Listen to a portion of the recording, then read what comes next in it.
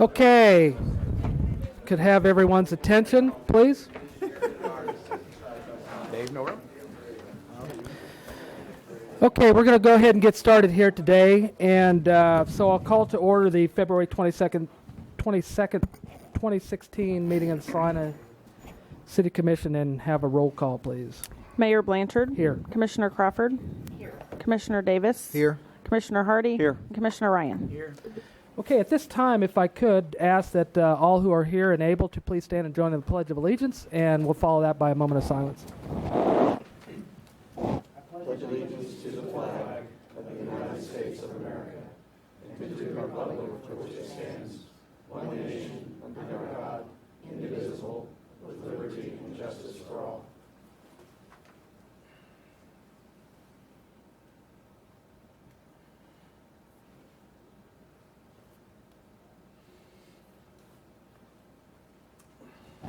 Okay, thank you all very much.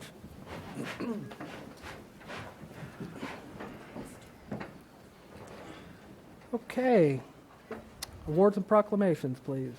Item 3.1, the week of February 21st through February 27th, 2016 is Engineers Week in the city of Salina. Dan Stack, president of the Smoky Valley chapter of KSPE, will read the proclamation. Mr. Stack. Thank you, Mayor and Commissioners. Proclamation today for Engineers Week. Whereas George Washington, the first president of the United States and founding father of our nation, was a distinguished military and agricultural engineer as well as an excellent surveyor. And whereas engineers have used their scientific and technical knowledge and skills in creative and innovative ways to fulfill society's needs. And whereas engineers face the major technological challenges of our time, from rebuilding towns devastated by natural disasters to designing an information superhighway. And whereas engineers are encouraging our young math and science students to realize the practical power of their knowledge. And whereas we will look more than ever to engineers and their knowledge and skills to meet the challenges of the future.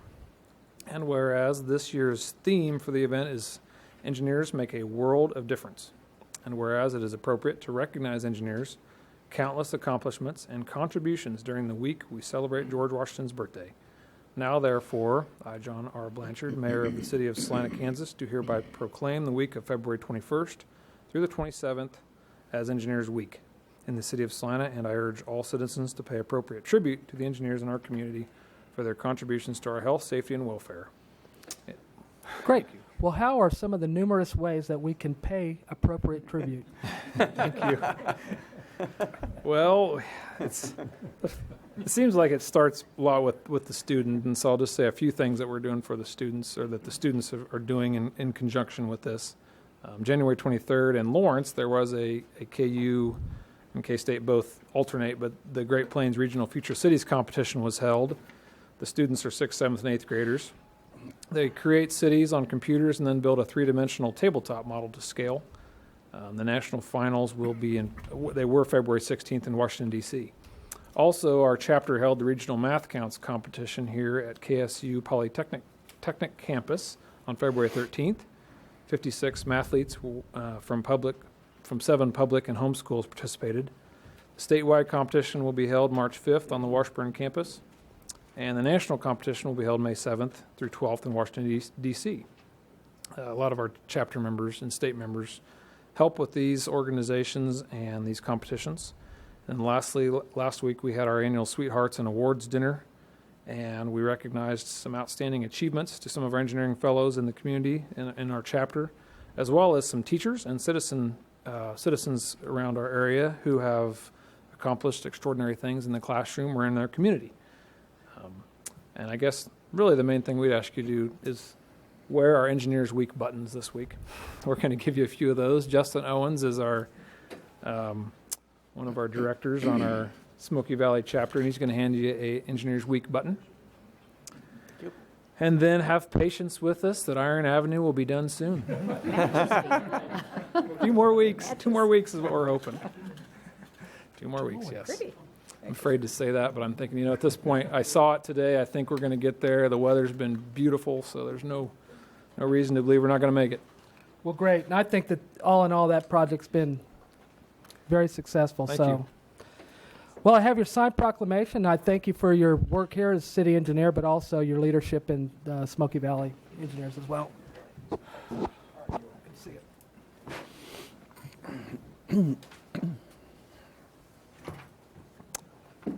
Okay, we'll move on to Citizens Forum, and this is an opportunity for anyone to come up and speak regarding any item that is not on today's agenda, and we ask that you just limit your comments to 5 minutes or less, and that you please give your name and address. So Citizens Forum is open at this time. And we have no takers. So we'll move into public hearings and items scheduled for a certain time. Item 5.1, public hearing and report on petition number 4378, requesting the vacation of a 10-foot wide north-south public utility easement that abuts lots 89, 91, 93, 95, 97, and 99 on 5th Street, and lots 90, 92, 94, 96, 98, and 100 on 4th Street, all in the original town of Salina, Saline County, Kansas, in a 10-foot wide north-south public alley that is located between 5th Street and 4th Street, and between Ash Street and East Iron Avenue in the original town of Salina, Saline County, Kansas, less the south 475 feet thereof, to allow construction of the downtown Fieldhouse project in that location. 5.1A, first reading, ordinance number 16-10820. Okay, we'll open the public hearing, and we'll receive a staff report from Dean Andrew. Thank you, Mayor and Commissioners. I'm sure you're quite familiar with this project and this location, so I'll try to make my report brief. But early on, it was identified when representatives of this project met with the development review team that the original town of Salina was laid out and platted back in 1862. And the predominant pattern was to have 2 rows of lots bisected by an alley. And in many of our downtown locations, that alley is used as a conduit for utilities. In this case, the block bounded by 4th Street, Iron, 5th Street, and Ash has an alley that runs the length of it down the middle. That alleyway was used for construction of a 12-inch public water line and a 15-inch sanitary sewer line, as well as other utilities. And so now that the city has acquired the whole block north of Assurance Partners, Steve Hardesty, on behalf of the city, has filed a petition to vacate the utility easement and alley, the length of that property. And so what this map is showing is that in this location right here, based on a previous action in 1967, that alley was converted to a utility easement, but from this part north, it is still a platted alley. So this petition was filed to request the vacation of both of those sections. Ms. Tasker has relocated a 12-inch water line out of that alley and is in the process of relocating a 15-inch sewer line out of that alley into the 5th Street right-of-way. Westar had some facilities in that alley, but when the hotel was demolished, they were removed. So there were no objections received from any public or franchise utilities. So at this point in time, having no objections, and with the alley and easement no longer serving a public purpose, it's our recommendation that ordinance number 160820, ordering the vacation of the alley and retained utility easement, be approved on first reading. And if there is, we would tentatively have the second reading scheduled for March 7th, 2016, but we don't anticipate any developments between now and then. But this would allow basically to clean up the middle of that block and to allow a building to be placed over that existing alley and easement. Right. Okay. Questions for staff? So Did we maintain this? Was this not done earlier because of we wanted to get all the work done in moving it before it was primarily because part of the alley abutted this property here and this property here, and now that we have unified ownership, there's nobody to speak or object, and so the city owns all the property abutting the alley, and so that's why we waited until now to do it. The utilities are gone, but moving the utilities doesn't make the alley and easement go away, but this action today will. And will there be an easement put in place for the section going east or west? What we have is right here. We are keeping that in place. You can't see off the picture, but the sewer line still goes up the easement along Assurance Partners, and then at this point right here, it makes a turn to the west in this easement and then goes up 5th Street. So we're retaining this portion right here, but from here north, that will all be vacated. Okay.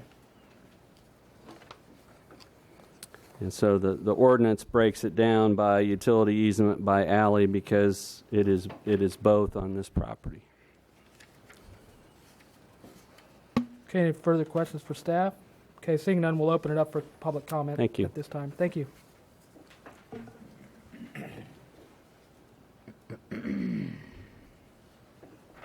Okay, and seeing no public comment, we'll close the public hearing and bring it up to the commission for action. I move that we approve on first reading ordinance number 16-10820.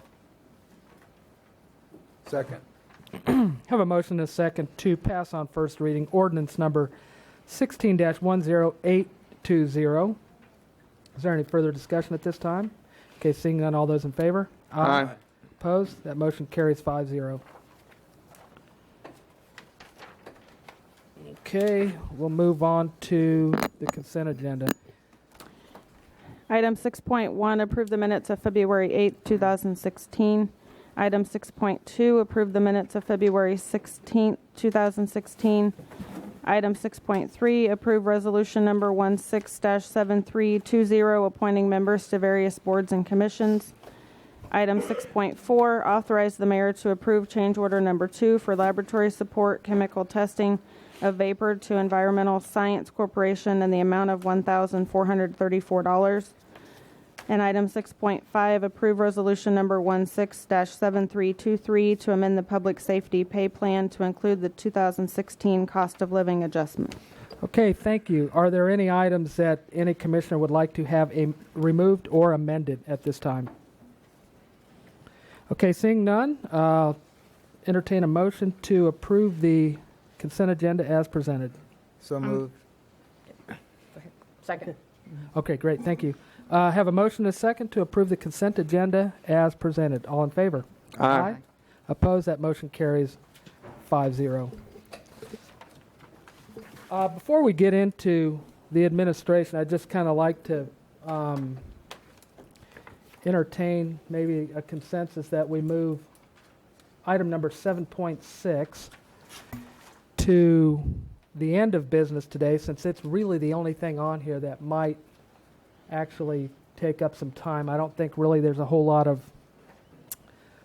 issues on the agenda today that will take a lot of time. And so for those of you that are here in the audience, we're trying to get, maybe if you're here for a specific item that isn't 7.6, we'll get through that quicker. So unless I have an objection to that, we'll go ahead and do that. So if you just take note of that, we'll move 7.6 today. Do we need a motion on that?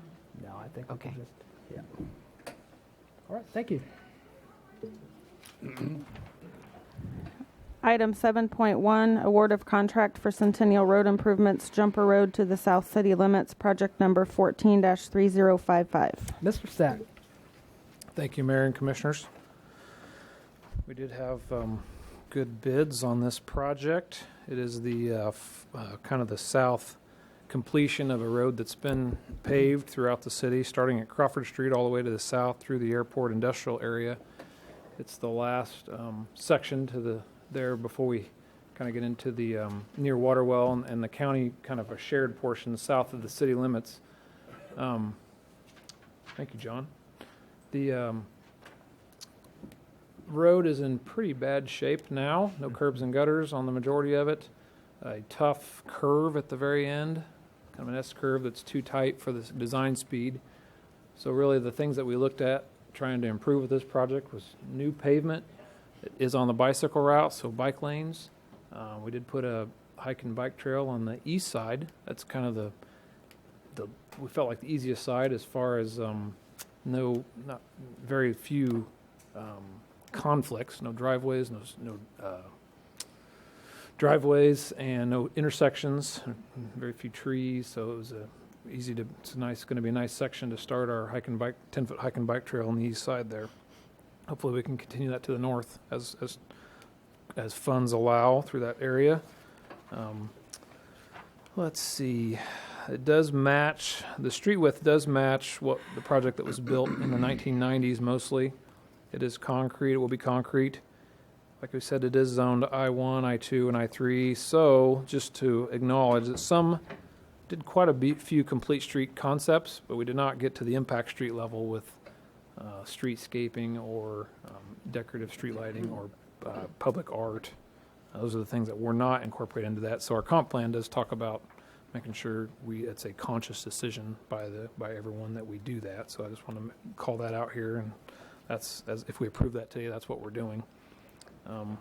The city coordinated with the property owners, and phasing will be a challenge because we do have to close it.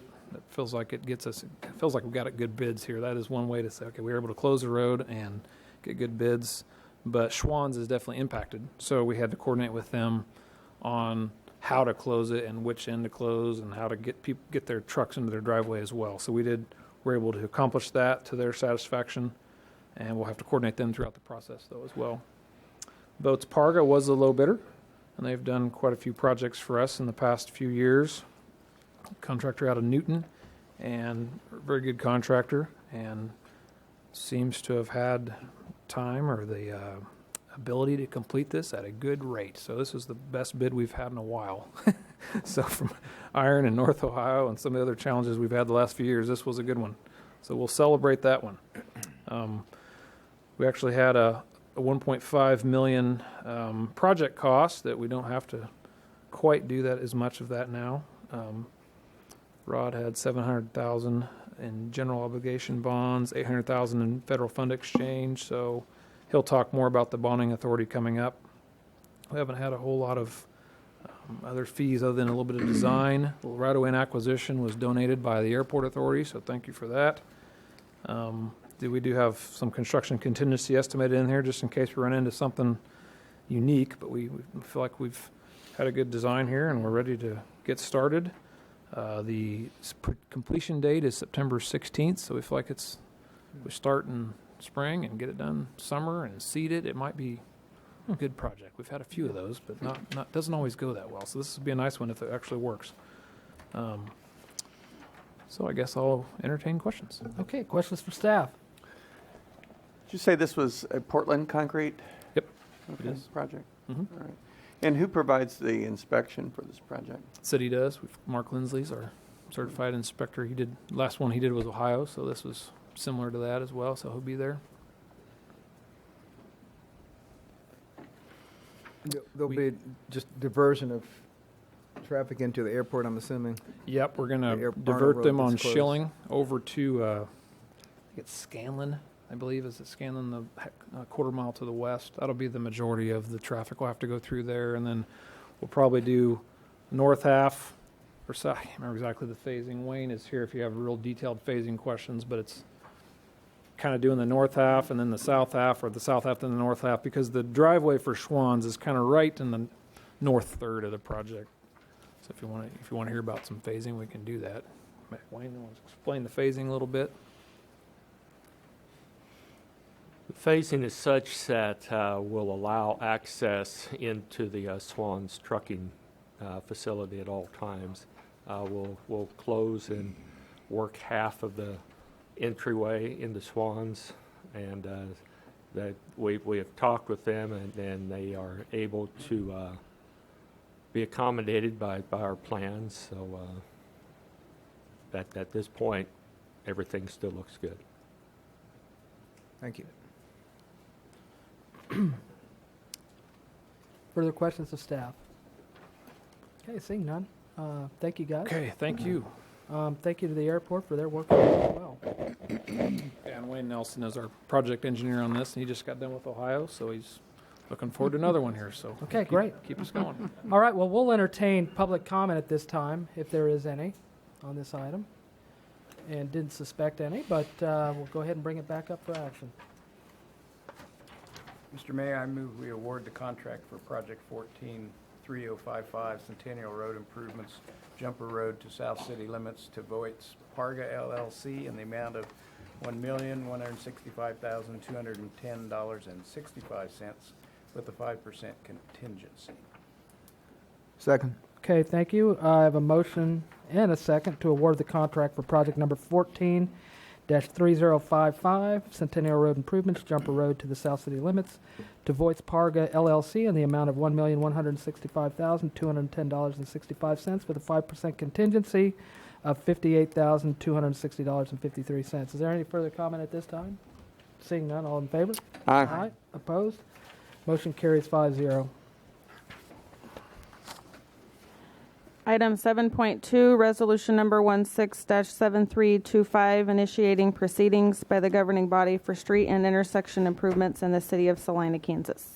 Okay, this would be Mr. Franz. Uh-oh, got the money tie on.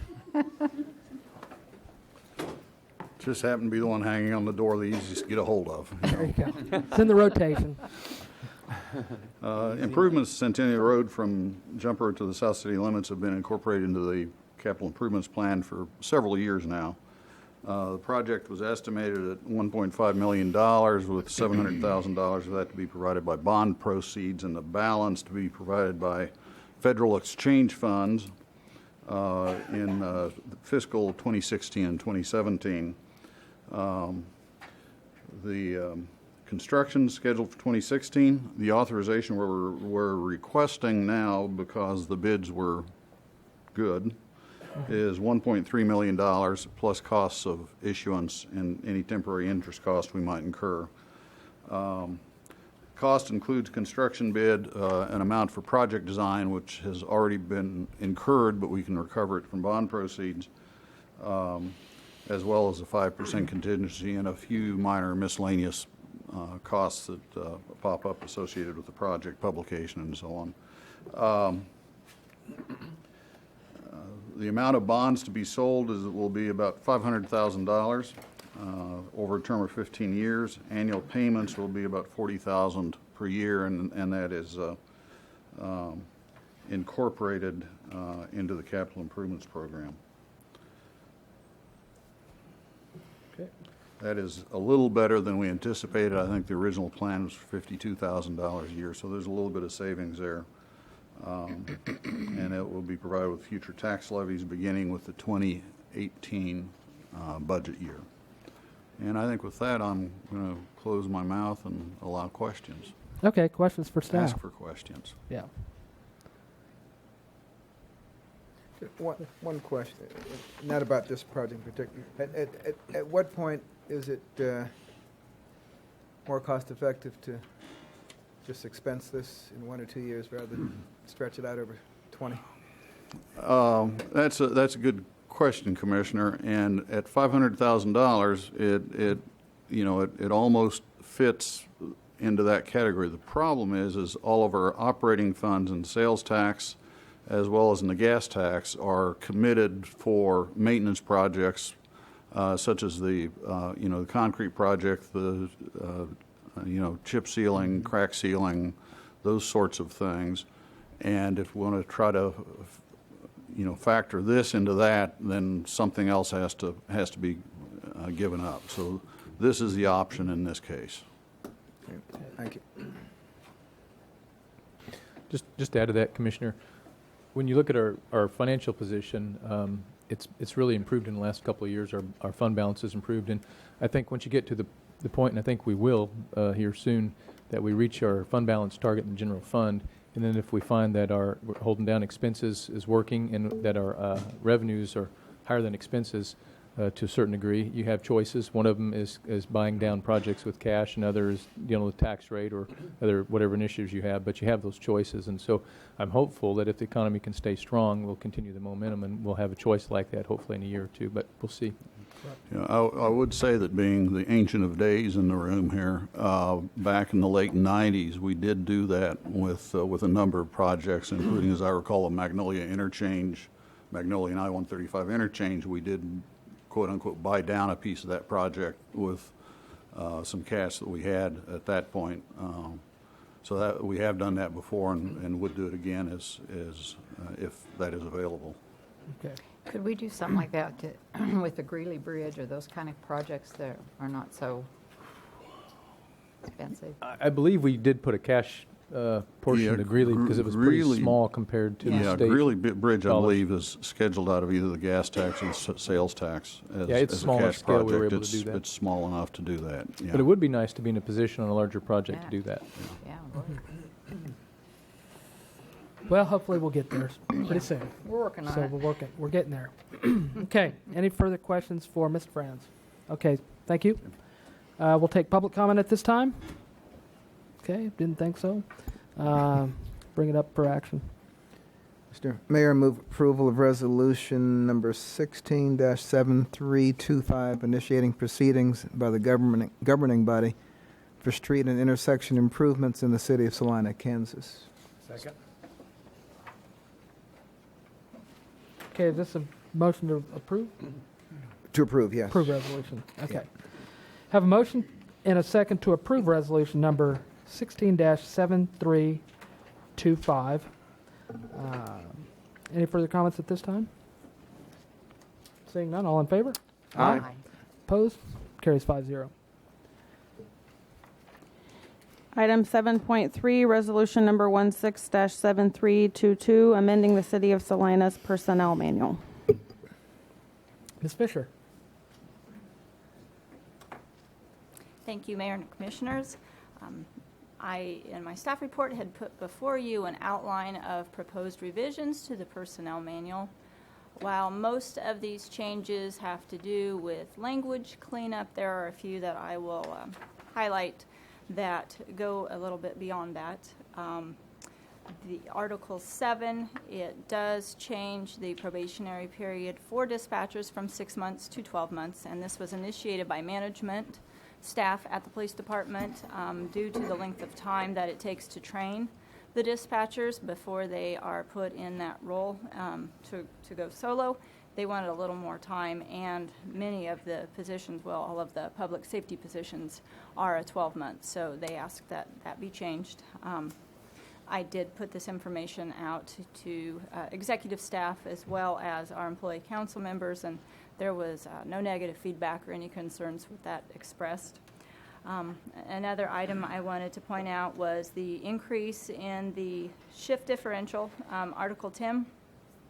This was reviewed when we made some other changes last fall and budgeted accordingly to take it from 50 cents to 75 cents per hour. At this time, it is just the police officers that receive that shift differential by the nature of the language and how the hours are split.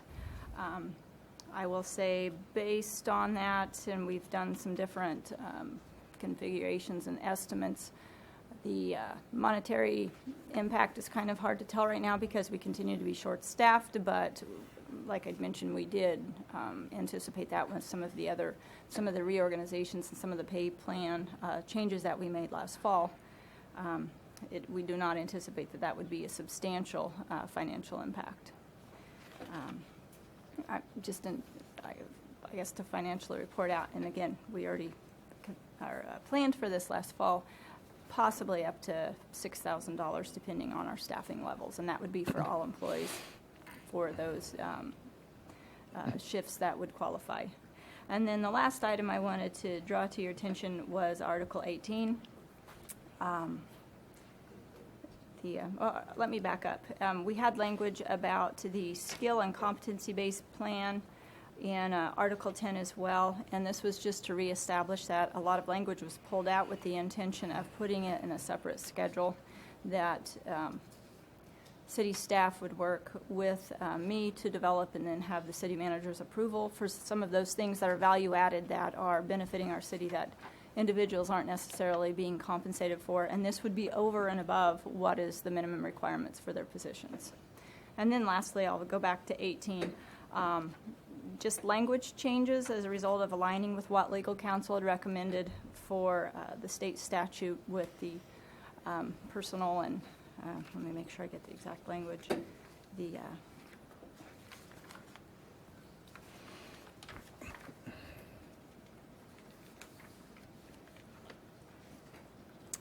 the Personal and Family Protection Act, and that is state statute. So it was just we had a lot of language already present, and it was just to realign it with amendments that occurred already last year to make sure that we were up to date.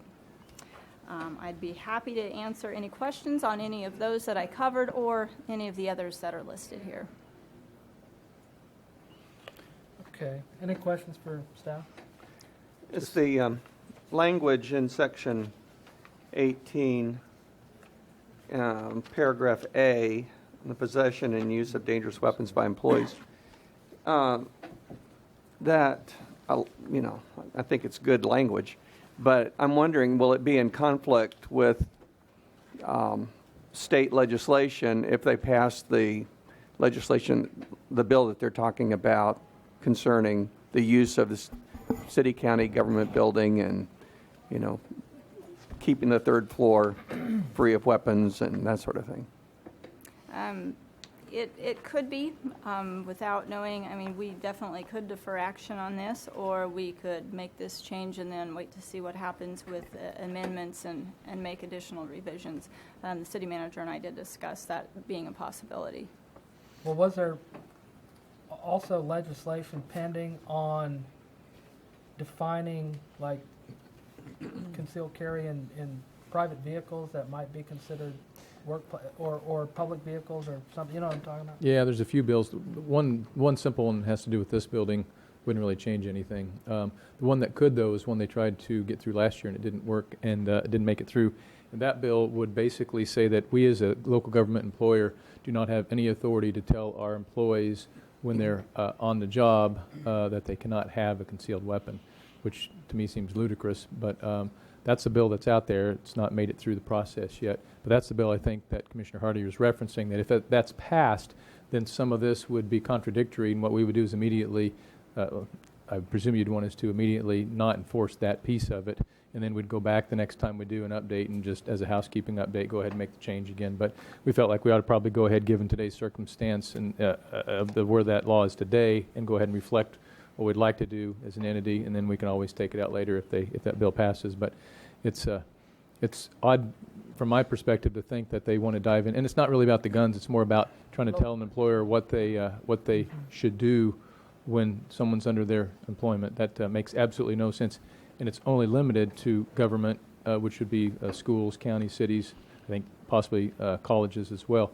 Don't get me wrong, I don't think it's worth enough to have it expanded anywhere else, but my point in saying that is there's no impact whatsoever if they're talking about personal safety, because most people don't spend their time in our buildings. They just don't. They're doing other things. We spend our time in our buildings. Most people don't. So when you think about it from a community safety perspective, it's clearly symbolic only. It doesn't affect anything, but it creates a nuisance for us. Isn't this the same bill, though, that we like because it does segregate the third floor from the rest of the building? No, that's a separate bill just for that purpose. Mm-hmm. Oh, Yeah. really? Yeah. Well, I thought they had put the two bills together. Well, if they have, I'm not aware if they merged those recently, but they were both filed as separate Right, bills. they were. I think they were merged. Yeah, it's a unfortunately. possibility. We took a neutral position on that, not because we don't think they should fix the third floor problem, but because the bill is so flawed in the first place. So our position was neutral. We didn't want to harm the ability of that piece to go forward, but I don't know how you can support that piece and then at the same time say how you dislike the bill and expect your support to mean anything. Okay. All right, so bottom line is this is consistent with existing legislation, but the landscape continues to shift beneath us. So. That's correct. Okay. All right, any further questions of staff at this time? Okay, seeing none. Okay. We thank you, and Thank you. we'll take public comment at this time. Okay, and seeing no public comment, we'll bring it back for action. Mayor, move approval of resolution number 16-7322, amending the City of Salina's personnel manual. Second. Okay, I have a motion and a second to approve resolution number 16-7322, amending the City of Salina's personnel manual. Any further discussion at this time? And seeing none, all in favor? Aye. Opposed? Motion carries 5-0.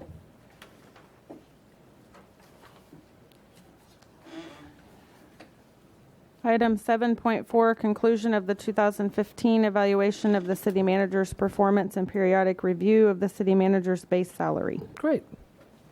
Again, Ms. Thank Fisher. you. City Legal Counsel had notified staff that the governing body concluded the review of the city manager, and in anticipation of the governing body taking action, asked me to draft this blue sheet and to bring it before you. Outlined the overall merit that city employees are eligible for in 2016 is up to 3%. The governing body has advised staff of its intent to award the city manager with a merit-based increase in the base salary of 3% retroactive back to the beginning of this year. The current base salary is $144,375.50. The 3% will result in a modified base salary of $148,707. The last merit adjustment was initiated last March and retroactively applied back to January 1st, 2015. And effective this January 1st, 2016, a 2.5% cost of living adjustment was applied in accordance with the way it was with all other employees. The financial impact is it'll be that modification plus any of the associated expenses directly resulting, such as the CAPERS contribution, ICMA deferred comp, and payroll taxes associated with it. The matters of the evaluation of the city manager's performance and the determination of the city manager's base salary are strictly within the purview and discretion of the governing body. Therefore, staff makes no recommendation. If the governing body chooses to award the city manager with the increase in the base salary of 3%, some language is provided, and along with that, I would entertain any questions or carry out any other action that you would ask. Okay, great. Questions for staff at this time? No questions? We'll go ahead and take public comment on this, should there be any, at this time. And seeing none, we'll bring it back to the commission for action, and I will give the city manager an opportunity for a comment, should you wish to provide one. Well, first of all, just thank you. I'm excited about all the things that are going on this year. We had a busy year last year, and we have a busier year this year, but they're positive for our community. They show the partnership opportunities and what can happen in a community when you can partner with your private sector friends and do great things. And so I'm really excited to see what's going to happen. We're going to be very, very busy. I'm going to be busy. Everyone's going to be busy over the next 90 to 120 days. And then if that turns out, positive, and we think it will, we'll be even busier for the rest of the year. So we're excited about it. It's fun and really enjoy it, and I just appreciate your support. Okay. Thank you. Thank you for doing such a good job. Further discussion up here. Okay. Well, we'll take a motion then.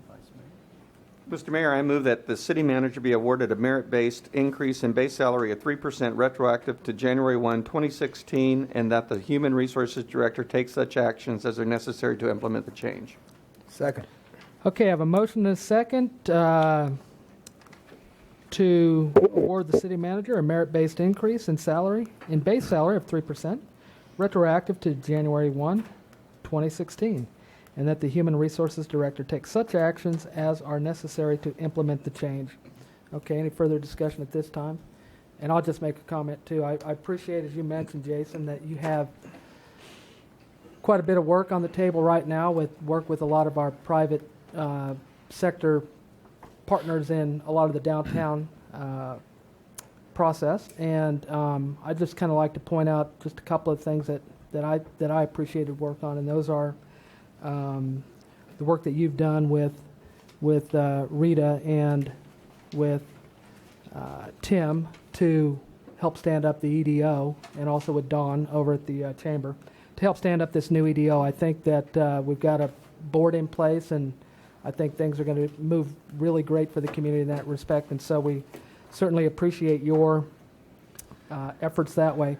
Also, just in helping to supervise staff and some of the vacancies that we've had, one in particular at Parks and Rec, I think that, a lot has been happening there, and we certainly appreciate all the work that Dion did. But we also know that you and Mike participated quite a bit in the process of getting the Bicentennial Center renovated and underway, and that's been a very successful project. So that, along with the fire station number 1 phase 2.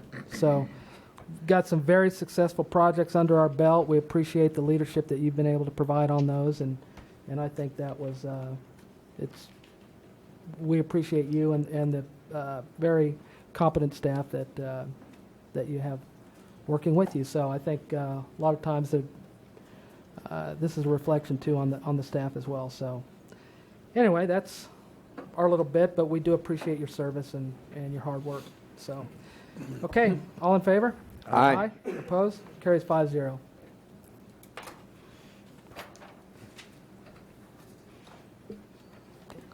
Item 7.5, resolution number 16-7326, authorizing the redemption and payment of hospital refunding and improvement revenue bond series 2006 and the sale and conveyance of certain property to the Salina Regional Health Center, Inc.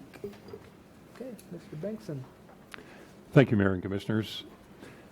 From your earlier discussion of general obligation bonds, that's what you're most commonly the environment that you're in when you're speaking of city-issued bonds. Federal and state law does recognize certain circumstances that are deemed to be sufficiently in the public interest that they authorize the issuance of bonds by the city for those particular purposes.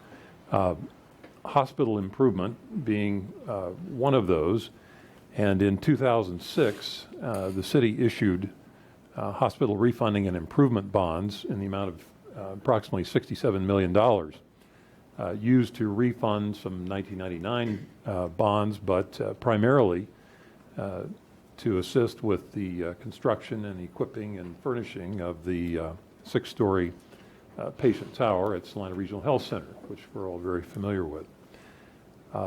This type of bond financing is called conduit financing. It's not backed by the full faith and credit of the city.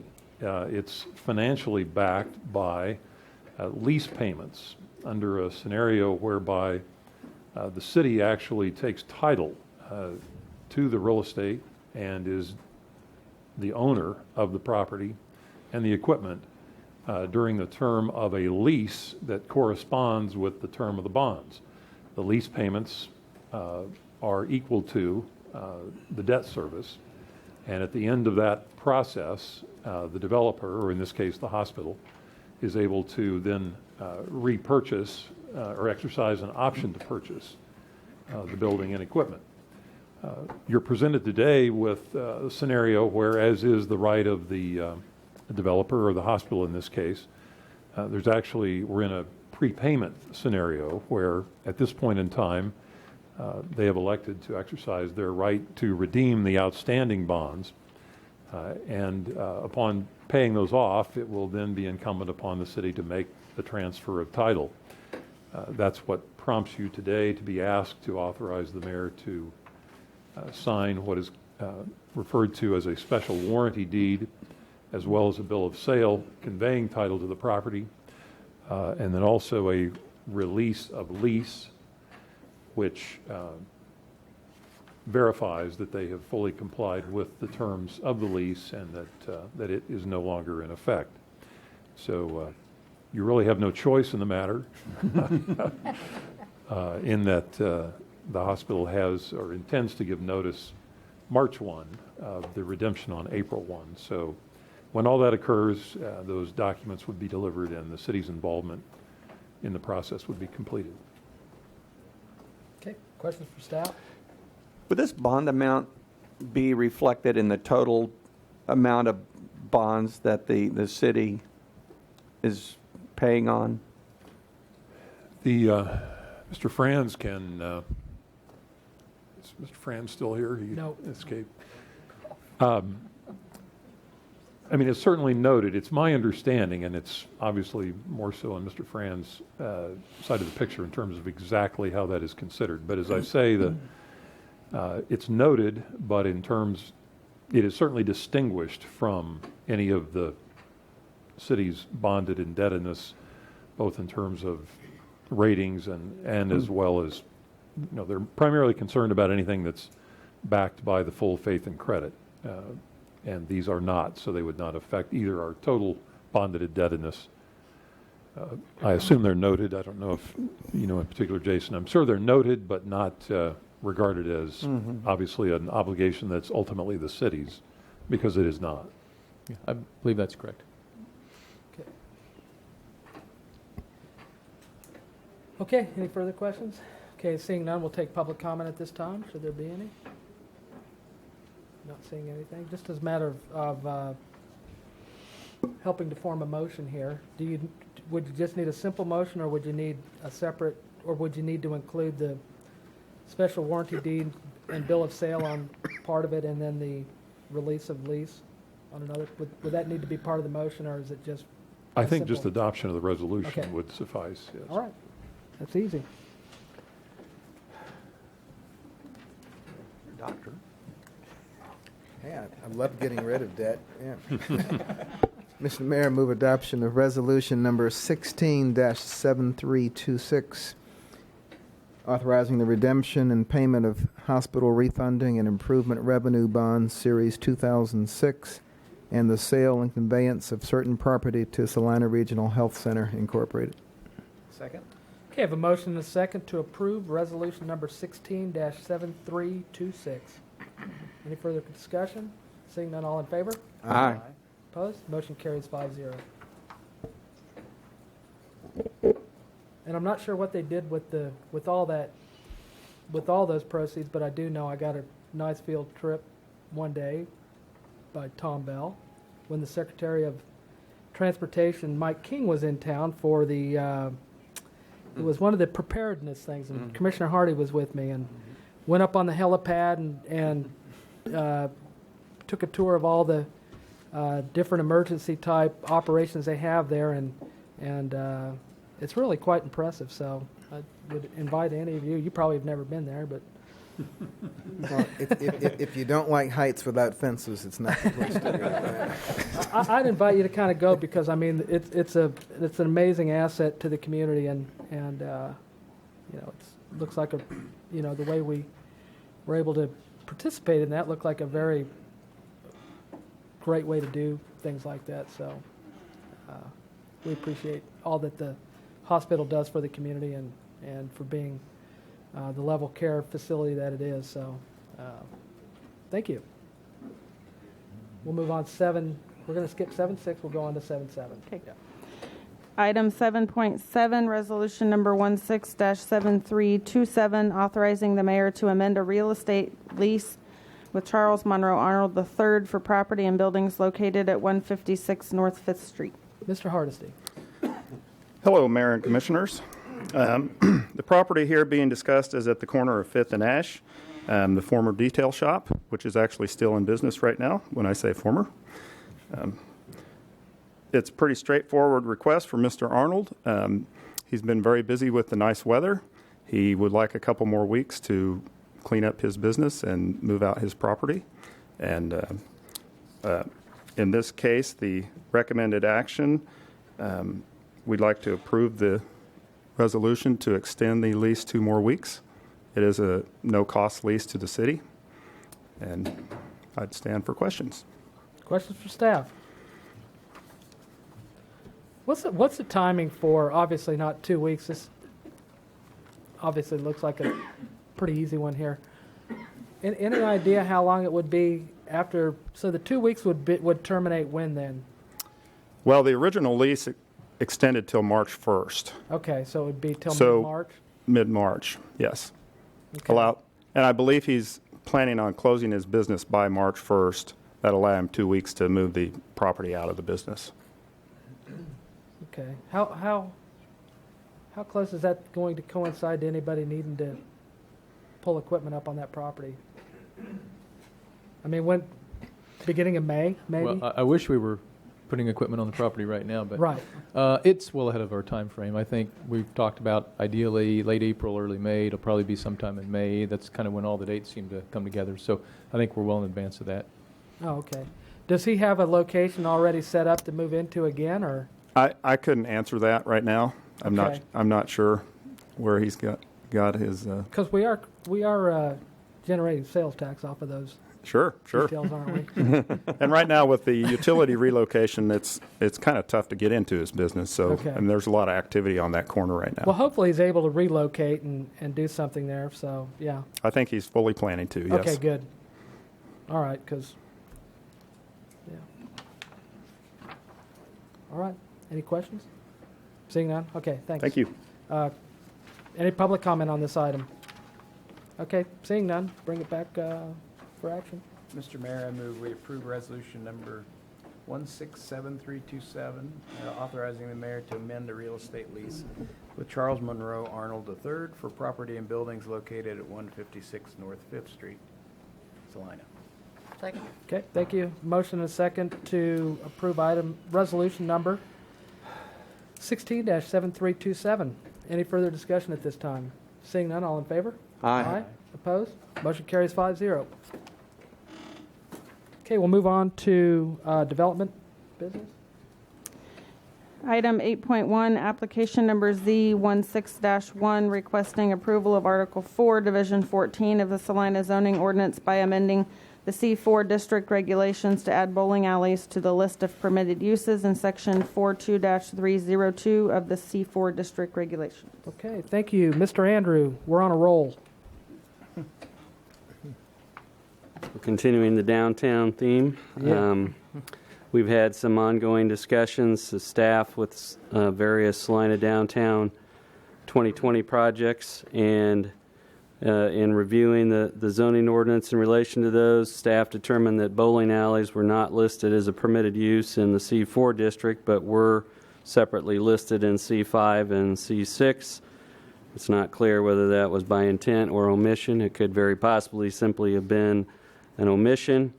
We reviewed the C4 district regulations. We identified indoor amusement arcades, but didn't feel comfortable saying that bowling alleys fit within that category. We discussed this with the Planning Commission. They thought it was best addressed through a text amendment, which they initiated in December. They reviewed that at their February 2nd meeting and recommended that the C4 district permitted use list be amended to add bowling alleys to that list.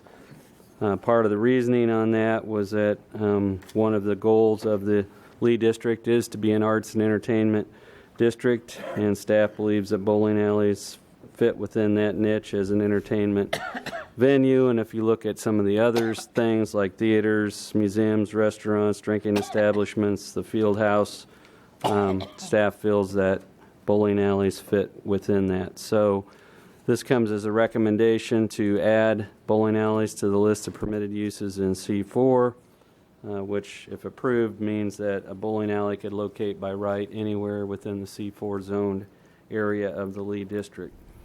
So we've identified three options for you, one of which would be to approve the attached ordinance adding bowling alleys to the permitted use list in C4.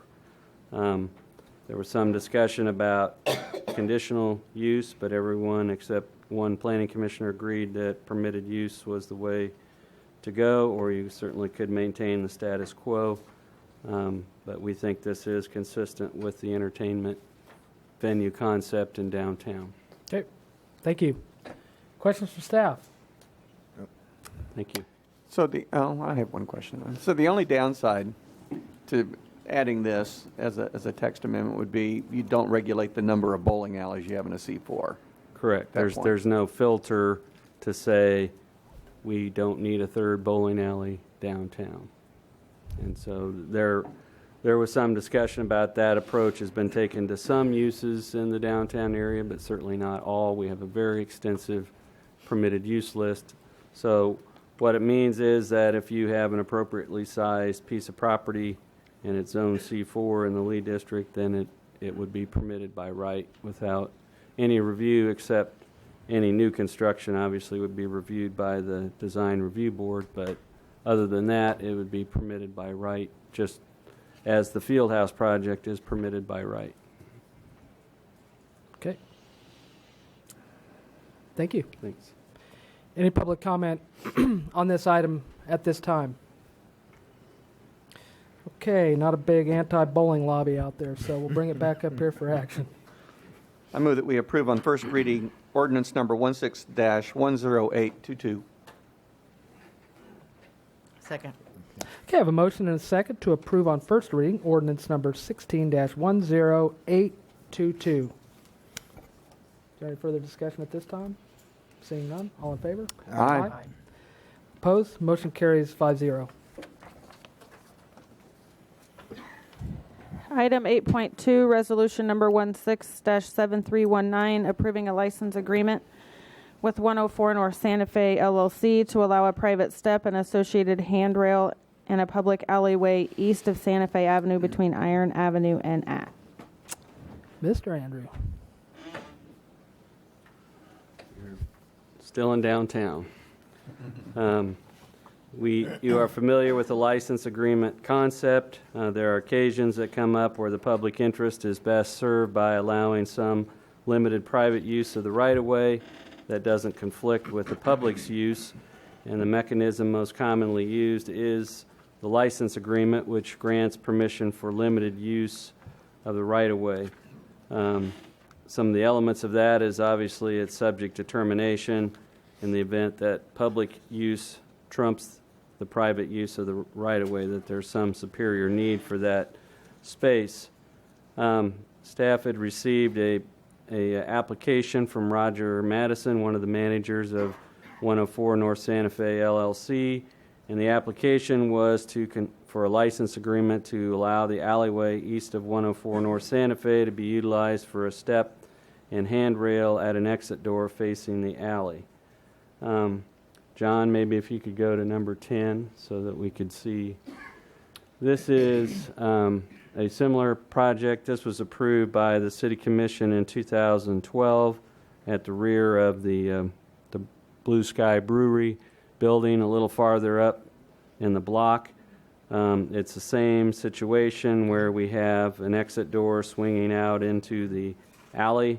We have a very high step or threshold there that's best addressed by having an intermediate step from the grade of the alley to the grade of the building.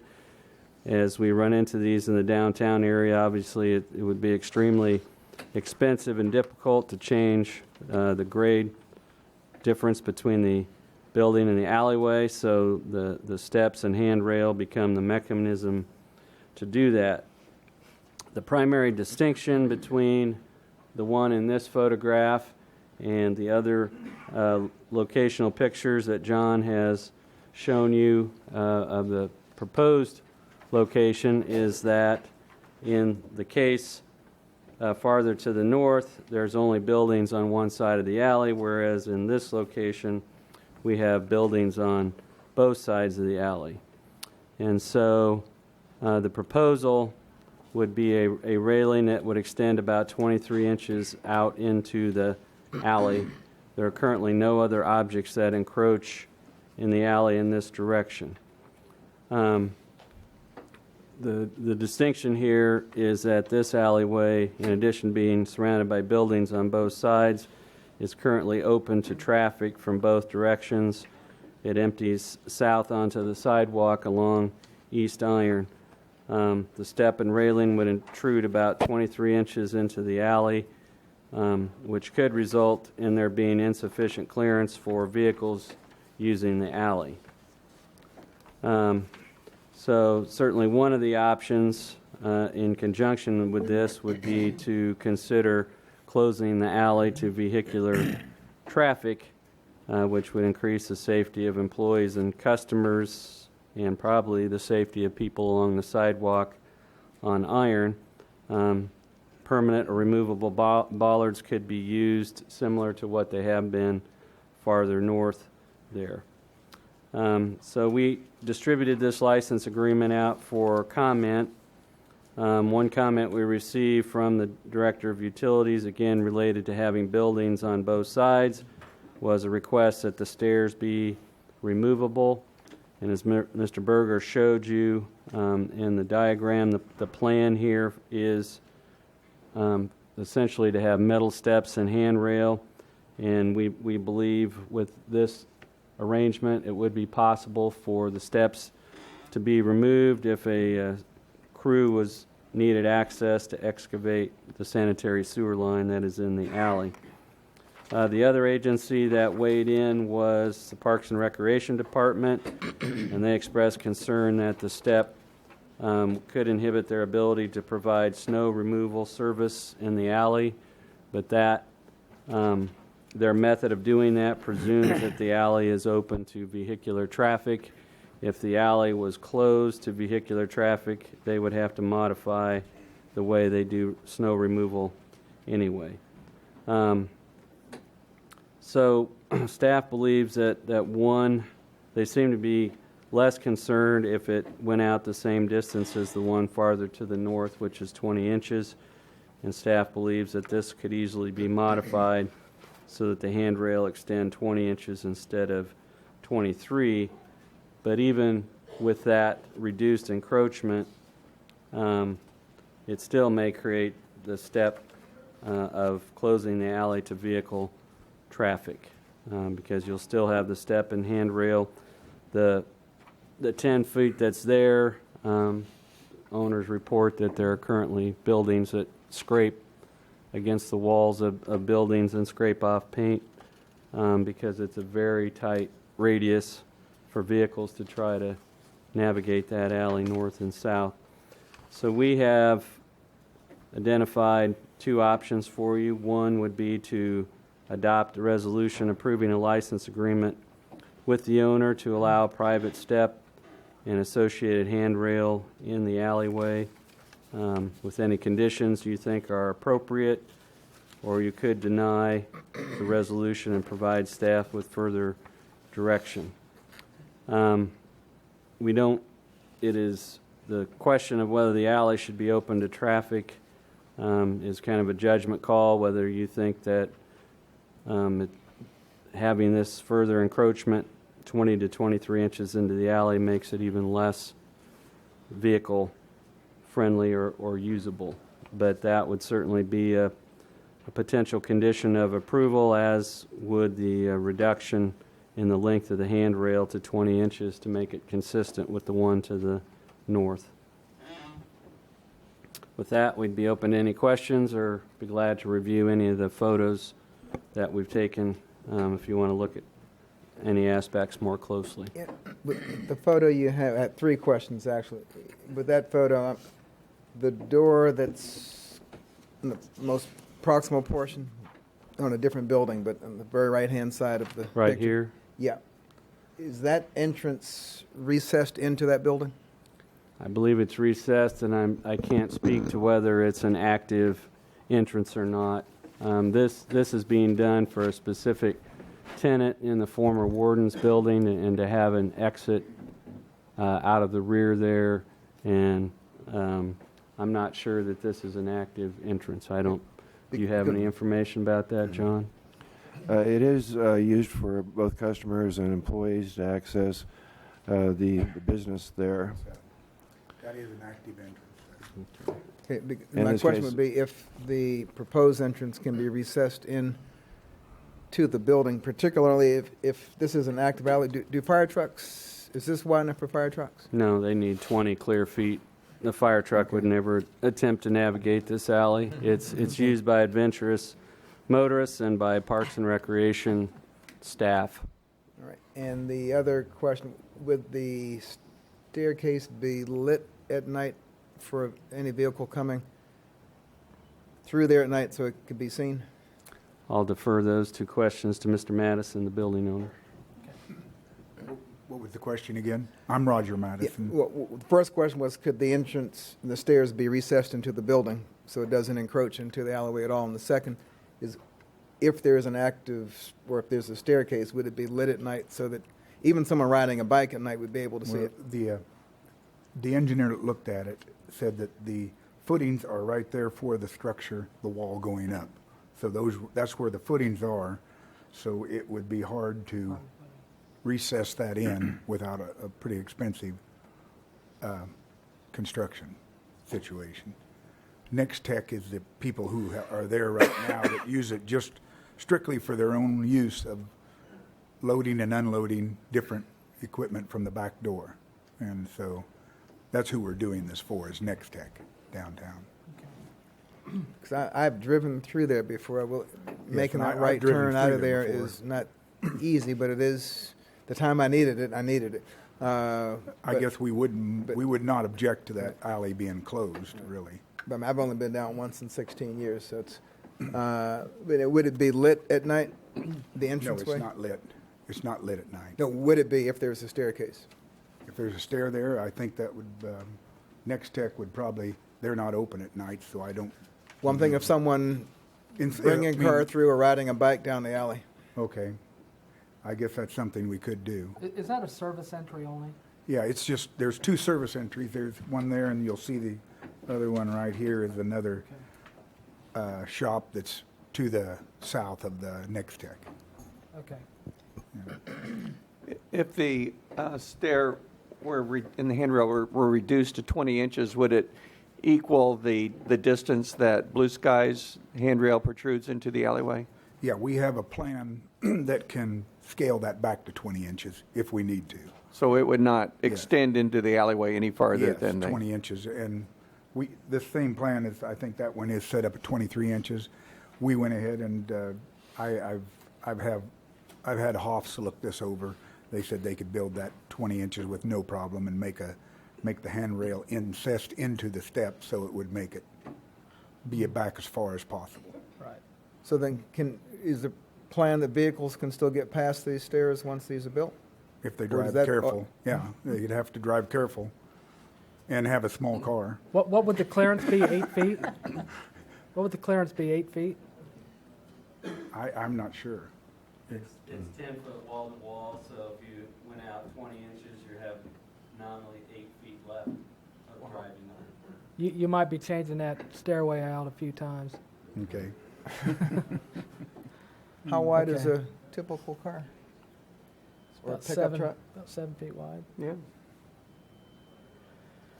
Okay.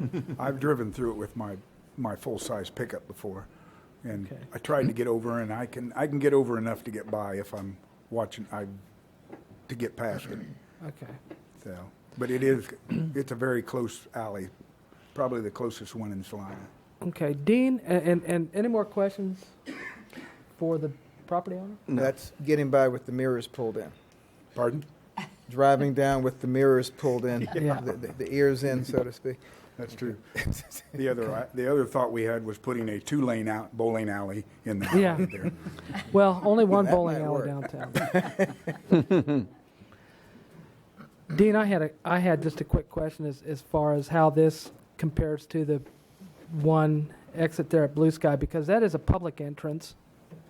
And is that lit from the inside, or how is that dealt with? I think the hallway on the inside is lit, but and I can't tell you. Maybe Okay. John was out there taking pictures and measurements. Is that a light over the door, John?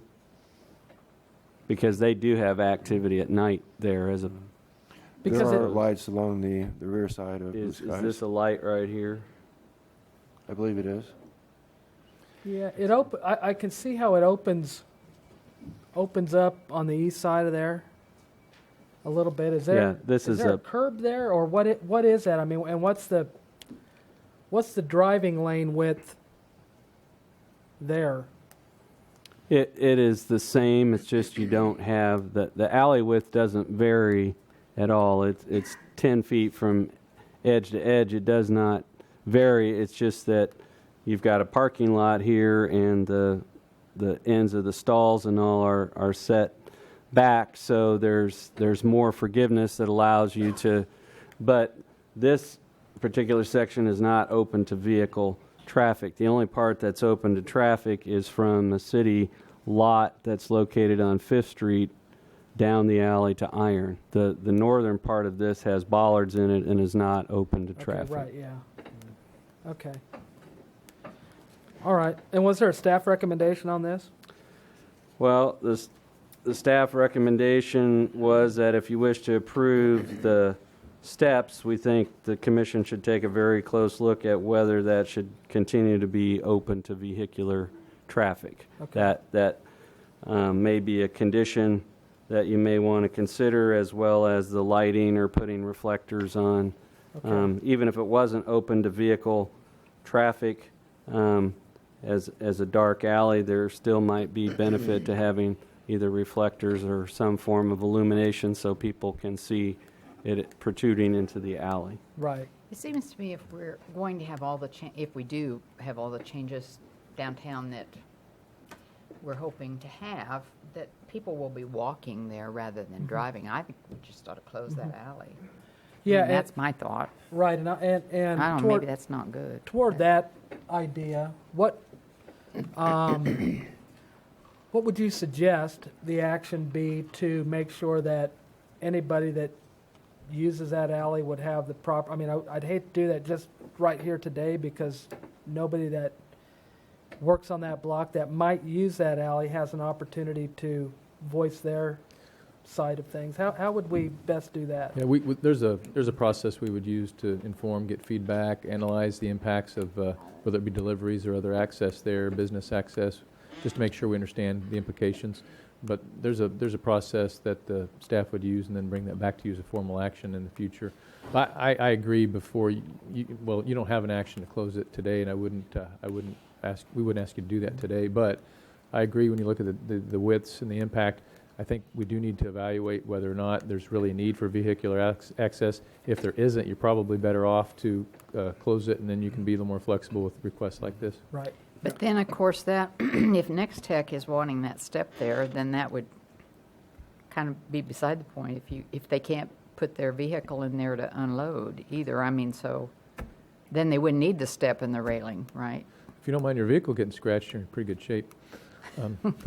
Now, I mean, there still should be, keep it 20, there still should be width to do certain things, but at one request, and then I don't know when the next one might be. It might not be for 10 years, but as you start to think about the pedestrian-oriented aspects, it does raise the question of reviewing the vehicular part. Have the other tenants in that block been asked if losing 20 inches in clearance will affect their ability to use the alley if they use it?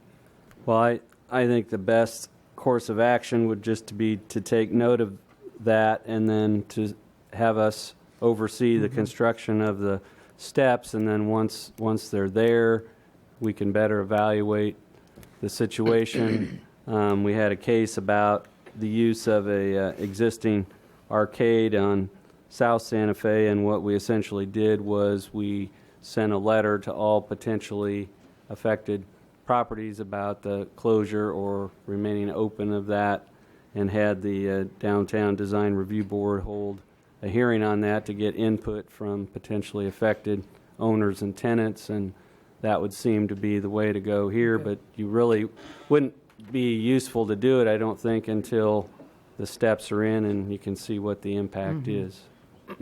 But the anything associated with certainly reducing the width to 20 inches from 23, and any conditions you have about lighting or reflectors would be appropriate conditions to consider. But we think that the closure question would be a follow-up question that would best be made after notice and an opportunity to be heard from those potentially affected. Okay. Wouldn't it be easier to do it the other way around? That's what I'm wondering. I mean, rather than build the steps and risk tearing them out because it really did affect someone. I mean, I'm assuming there's probably no more than, 8, 10 tenants who possibly use the back of that, use that alley. Well, you have the building on the corner that the Strombergs have, and then you have 104 here, and then you have the tenants who are in the building that Mr. Ravenkamp owns on the east side of the alley, and then you have the people that park in the parking lot on North 5th Street. So those would be primarily the potential affected parties, but certainly the question could be posed in terms of knowing that answer before you act on the license agreement. But I would probably want to hear from Mr. Madison as far as what his time frame is for wanting to get these steps installed and how much time that might take. I'm just trying not to have all those other tenants you mentioned here the following week. Well, saying they can't get their truck down the alley. Yeah, yeah. I can see that, but I tell you what, one of the things too is that one of the problems that we have in downtown area and in any other developed area is that we're going to have these problems that come up. And I mean, I think we're going to have to deal with these on a much broader scale with a lot more downtown redevelopment happening, because we're going to have to tackle a rehabilitation code.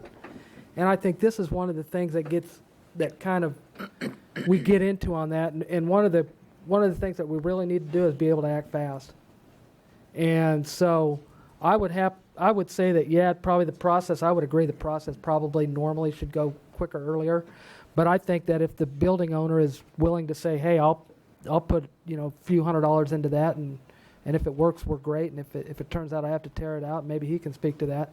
I'd just as soon turn him loose with it now, see if it works, and if he has to take it out, then let that risk be on him. But if he wants to get it going now, and Next Tech wants to have it going, I think the more we can do to make these buildings downtown usable and rentable and everything else, I think we need to try and help out and facilitate those things. So if he's willing to take that risk, I would like to say it'd be nice if a light was there, but quite frankly, if it's only a service entry and they're not going to be using it at night, then they're really the only ones that are harmed by that. But I would think that if we're looking at an experiment to keep it open, I think we have to have reflectors on there to make sure that people that are driving down there can see them. So just to play devil's advocate, but suppose he wants to build a 3-foot staircase. I think what he's here today is to say he's proposed 23. If we can do it, if we can suggest 20, and let's do 20 with some reflectors on it, I think it sounds like we're at a meeting point. And then if he wants to if it turns out to where it doesn't work and people don't like it, then I think it comes out. But I think if we limit it to 20 inches, I think that probably gives it the highest opportunity for success. Dean, a quick question. We have both ends of the alley are open for access. Is that correct? Only from the 5th Street parking lot, which is directly north of Mr. Ravencamp's building. The rest of it to the north has bollards in it and is not open to vehicle traffic. It's open to pedestrians. Okay. So we do from the south, headed north, do we have people that access that alley and would actually end up needing to go past where the railing and steps? Even though it's not posted, you couldn't only get one vehicle at a time. The primary, and it's seldom, but the primary movement is, do you have any sort of aerial photo we can put up, John? There's a city parking lot that's directly north of Mr. Ravencamp's building, and occasionally the adventurous driver will come out of that parking lot and drive down the alley to Iron, but it's not used by people. So you have this parking lot here, and vehicles will occasionally exit this parking lot and come down this alley to Iron.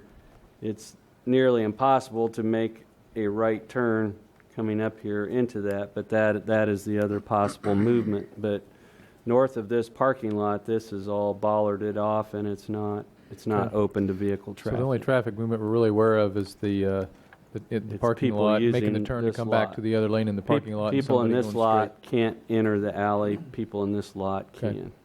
So I think we do need to formalize the question of closing it all together to traffic, but at this point, it doesn't look like that's really going to be harmful to put a 20-inch step and handrail. How much time would it take if you started tomorrow morning to go through the full process to close the alley? Just depends on how much notice time you want to give there. If we did the traditional 20 days ahead of the hearing notice, then it would be 20 days from the date that we provided notice. That's what we would use for closing a street or vacating a street or alley. In this case, we've notified the public and franchise users of the alley. Who we have not notified is the abutting owners, because it is not an action item to close the alley today. We were simply pointing out that if the steps go in, it may raise the future question of needing to close that. Right. Well, if the steps go in, the alley may be functionally closed anyway if the other tenants can't get their vehicles down. That is a possibility, and I guess that goes a question for Mr. Bankston. The way the agreement is structured with the termination, if there's a superior public use, potentially the city commission could decide down the road that the steps are too much of an impediment to vehicle traffic and terminate the license agreement. I was about to mention that I do think we'll want to modify the current terms of the license if it is the commission's wish to allow the experiment, if I may call it that. Right now, the language anticipates some unanticipated change in circumstances and a 180-day notice period. So that the owner, in unanticipated circumstances, has plenty of time to make whatever adjustments necessary. I think in this case, I gather we want that to be on different terms in anticipation of potentially asking the owner to remove the step. Why would we have part of the alley closed and part of the alley open then? Wouldn't it affect the business owners north? Some of it was, some of the alleys that were left open from the 1980s project was based on the uses that were in those buildings in the mid-1980s that might have had a need for vehicle drop-off. The other thing that was done is that parking lot that's directly to the north to maximize the number of spaces. The turnaround area at the west end was minimized, and that's something that could potentially be looked at as well. But even the ability to circulate around and come back out is quite challenging, not on this lot, but in this lot right here. But all I can find from the decisions made in the mid-1980s was that there was some businesses occupying here that had a need for vehicle deliveries, so it was left open for that. But the area from here all the way to Ash is closed to vehicle traffic. I could see making it consistent all the way through as a pretty easy step as well. And then you put all the steps you want in there. Well, I agree with the mayor as we pointed out on the Fieldhouse alley vacation. The development pattern within the downtown area is to have mid-block alleys. Most of those alleys are platted at a 10-foot width, and that's very tight. And how alleys are used at the rear of spaces this isn't going to be the last discussion on encroachments in an alley. So, but if I agree with Mr. Bankston that if you're looking at this as some sort of interim, let's see how this works improvement, then the body or the structure of our license agreement may need to be modified. But I would like to hear from Mr. Madison about what his time frame is and his sense of urgency to get these steps in. Okay, as would we, so please.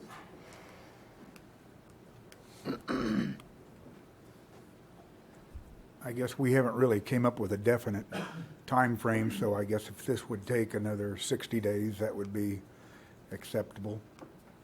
The other option I would say could be if we just, it only takes probably 12 lag screws to make this, it's going to be a self-standing structure, so it could be lag screwed up and taken down just about as quickly. If, like you said, if we put it up and we found some people not happy with it, but we can't put it in until I guess we're approved. So Okay. Well, didn't you mention a 180-day process? That's the standard notice that we have in the event of a termination upon some other or an amendment or We an can amendment change that. of that. Yeah, that could be So part any of it. any action on that would be, Change it. but that would require 180 days. We can change that, is what he's saying. Yes. Now, the only,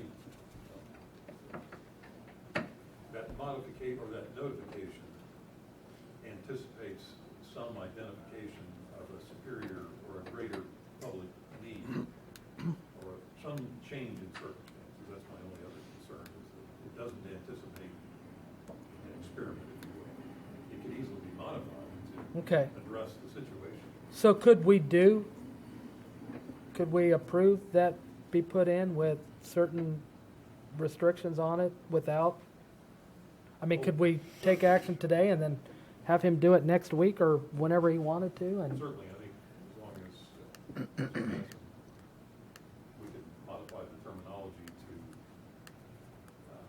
provide for whatever notice period you all might wish to identify. And I think maybe we should just in the document simply note that this is done on a, if all is all right, an experimental basis, and that temporarily, and that if no change is made, then it would continue, or if not, then there's the ability to terminate it. We can design, we can make the document easier. Okay.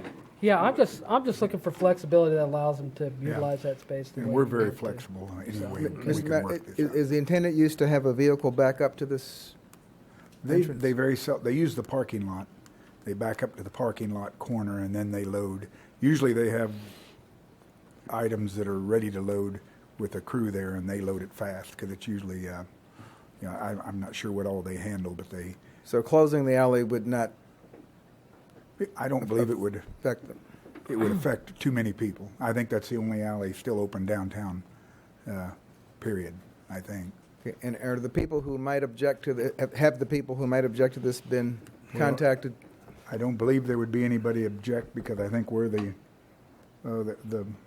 chiropractor, she has an entrance there, but there's no entrances, I don't believe, on Ravencamp's building from that side. So, is there one? No, I don't know. Okay. All right. No, I just think it'd be easier just to close the alley. Be done with it. Or would that be? Okay. Well, let's kind of move on to some action on this. Thank you for your comments. So any public comment at this time on this item, and we'll hear that and then bring it up. Okay. Judy Larson, 2801 Bray Avenue. All I keep hearing are negatives, and I can see the brewery needing this because their customers would use it as an exit, like at night and stuff. But if your business closes at 6, what do you need access for deliveries? You can't get any deliveries because your business is closed. And I really think that this needs some careful study because there's liability issues all over the place. If somebody would fall, a pedestrian or a bike rider or a car accident, I just really think you need to look carefully before you jump. Okay. Thank you. Thank you. Okay. Any other public comment at this time? Okay, and seeing none, we'll bring it up here for action and any further discussion. I just think it's kind of dangerous putting a dark staircase in a dark alley at night. If the alley really isn't used, then just take 20 days and close the alley. It seemed to me to be the simpler I think it makes way to more do it. sense to close the alley and just make it all consistent from south to north. I think there is, but would I be correct in saying that that's a 180-day process, Mr. Bankson? Would that be a 180-day process if the idea was to just close the alley? No, the 180 days, Mayor, is that if you approve the license agreement as it's currently written, the notification is 180 days, which could be changed. That's the only time the 180 days comes into place. I think Dean indicated earlier a process for reviewing the closing of the alley, 20 to 30 days, about 20 days. So if Mr. Madison indicated up to 30 to 60 might be sufficient. We could probably beat 30, and so if that does work for him, I think you could just consider the bigger question. And then if you should choose not to close the alley, we will have better information to help you with this request. Okay, yeah, that sounds. I think Sorry, the reason I was trying to get Mr. Henry's attention while you were trying to find was just to be sure, under the, would this be the planning commission conducting that public hearing or the city commission? I've forgotten whether the Well, the policy speaks to streets, but not alleys. But if we use that same process that's set up for closing a street, then we would use the planning commission to do that, notify people, have a public hearing, have the planning commission make a recommendation, but they would be the public hearing body, and there would be 20 days advance notice before the planning commission heard it. So I think your options would be to postpone any action on the license agreement till the alley closure question can join it, or as Mr. Bankston pointed out, if this is going to be done on a trial basis, requiring the city to give Mr. Madison 180 days advance notice of removal is probably too long a period if we're just talking about a trial or an experiment. So that means the body of the license agreement would need to be modified and probably shared with Mr. Madison to come up with an agreed upon notice period. So I think either way, probably the most prudent thing would be to postpone consideration of the license agreement to allow one of those two things to occur, either the agreement to be modified or to allow the question on the closure of the alley to occur. Dean, just to be clear on the timeline again, you said 20 days to get it to the planning commission if we follow that process. We wouldn't have to because it's a street closing process, but we could. We could use that process. So if it goes to the planning commission, you'd have at least 20 days to time out the time for the public hearing to get to them. Then they'd have a recommendation, and then it would be put on this agenda. Yes. So we're talking total days of. We're talking in a normal course of things, it's about 45 days from when an item's filed to go to the planning commission and it gets before the city commission. Okay. Just to give you an idea, I want to make sure that you didn't get confused with the 20-day approach, though we'd have to look at it. It doesn't appear that we would have to utilize that process, but you may want to because it's there for streets. It's up to you. Okay. And that sounds like it works with Mr. Madison's schedule, would be within that. Looks good. Okay. So most likely, if we worked with Mr. Madison on something that the most likely would go before the planning commission for an April 5th public hearing, and then could come back before the city commission at the 20th of April. Okay. If that was a workable, as we're working out those dates. So a postponement till April 20. And then if it doesn't come. 18th. Yeah, 18th is correct. I was adding a day instead of subtracting a day. Okay, so April 18th, we'll table it or postpone it till April 18th, and then if we're not ready by then we can another week. If you postpone it till April 18th, then we'd be able to consider the license agreement and the recommendation on closure of the alley simultaneously. Okay.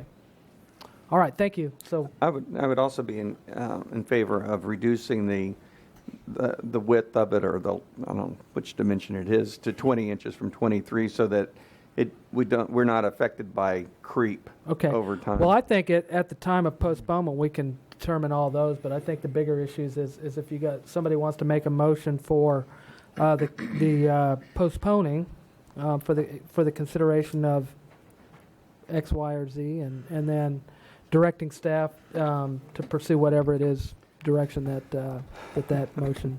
That makes sense. And commissioners, I don't know if all those accesses out into various alleys are all at the same elevation, and compared to the alley. And your elevations are going to have to do with your rise and your run, and that might actually dictate your distance in the end. So these could be a little bit different in time, but if you close it, it's probably not going to be a big deal as long as you go with the minimum it takes to get the proper rise and run, make it a safe access. It'd be nice too along the way, and I'll just say this rather than at the end of it, is that if we could come up with some criteria that we know this is going to happen again, to maybe address this and maybe be able to, maybe this is as fast as we can possibly move something like this, but I'm kind of hopeful that we could move it along a little faster. Well, the project in the 80s anticipated the utilization of the backs of buildings for pedestrian access. So you've had some of it, you haven't had all of them do that. So I think it is safe to presume that you could have more interest in that. Okay, great. Appreciate it. Okay. Mr. Mayor, move postponement of action on resolution number 16-7319 to the April 18 City Commission meeting, and direct staff to take necessary steps to review closure of the alley described in this resolution. I don't know if that wording is sufficient Yeah. or not. I think that'll work. Second. Okay, motion and second to postpone resolution number 16-7319 action till April 18, 2016, and direct staff to take steps toward the closure of the alley. Okay, any further discussion at this time? Okay, seeing none, all in favor? Aye. Opposed? Motion carries 5-0. So thank you guys, and thank you, Mr. Madison.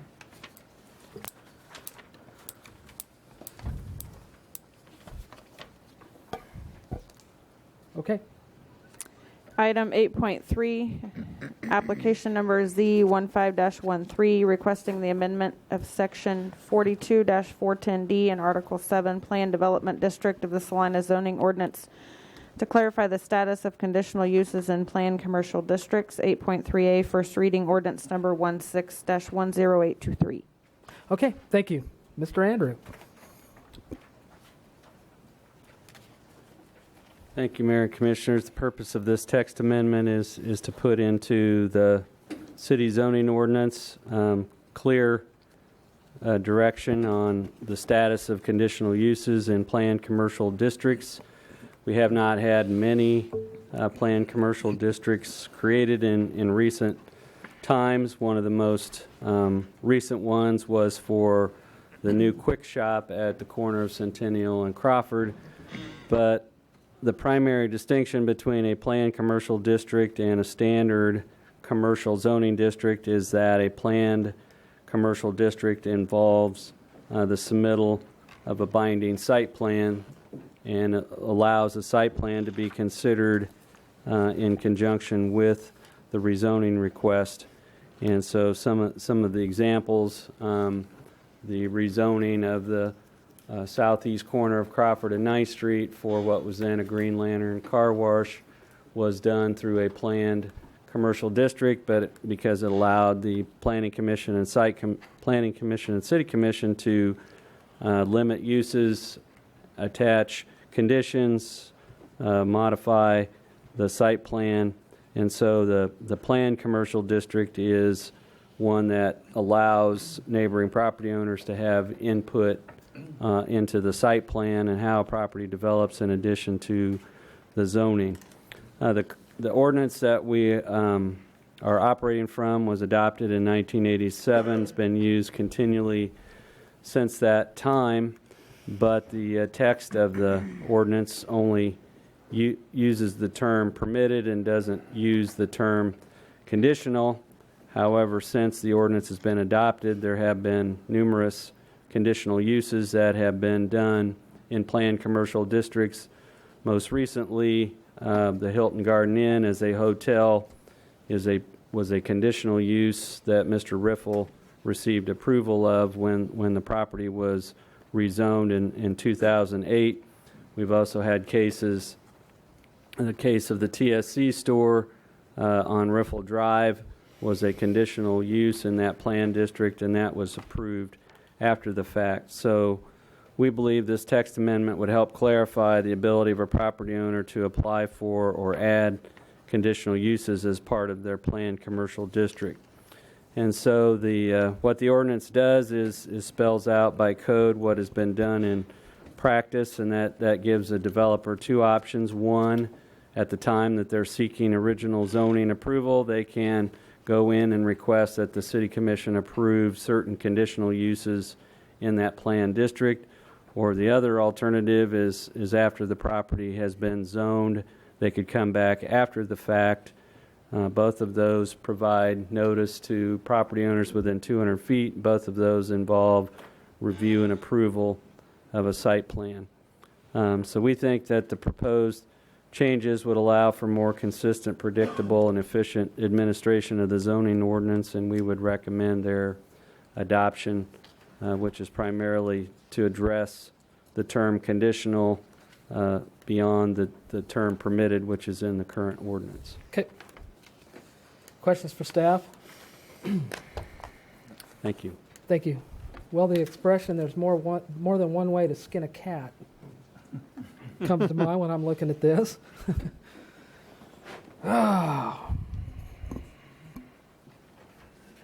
Commissioners have questions on this? Commissioners, real quick, I think Commissioners know this what makes this is about? this makes sense because we use the word permitted in our zoning code for a particular purpose. There are permitted uses and then there are conditional uses. And so for this to be clear that you can address permitted uses and conditional uses versus to make an assumption it makes good sense. It does, as Dean said, it does the same thing that's been looked at before, but it's very clear about what it's doing. So Have we? I think it makes sense. Is this project specific driven, or have we had a problem with this on a number of planned commercial districts? Because the conflict is project related because we really ran into it at the time. I'd have to defer to Dean Okay. if we've had that before. Because I mean, I'm not comfortable in changing ordinances just because it needs to fit for one project to move forward. Well, he made reference to Riffle subdivision, so I think it has happened before. But this doesn't do anything for any particular project, but it makes it clear that the word permitted isn't just used haphazardly and in conflict with the word permitted in each particular zoning. Well, the nature of the current request was that in the context of request to amend the list of conditional uses in the C6 district to include multifamily dwellings, filed by South Ohio Land LLC. I mean, that's the... It raises a legal interpretation question as to whether that could happen under the current language. We've always looked at it that it has, but if you're challenged and someone gets to call the question for you, if you have this language, then it's clear that you could look at conditional uses through the conditional use process. So this is not an end around to other decisions that we've kind of made on this particular property? No, I think this actually clarifies. No, this will have nothing at this point. Has nothing to do with that property anymore. Yeah, we're not looking at that property, but that particular property kind of brought back the same issue, and we looked at this, and the question is, well, wait a second, how can we do a conditional use process when it says permitted uses?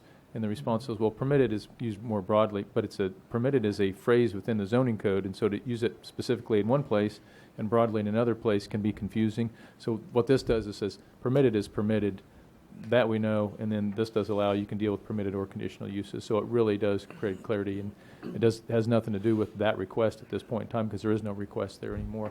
But in the future, it lays out specifically the approach that we've taken, but it makes it much more clear that's allowable. And that's really what it is.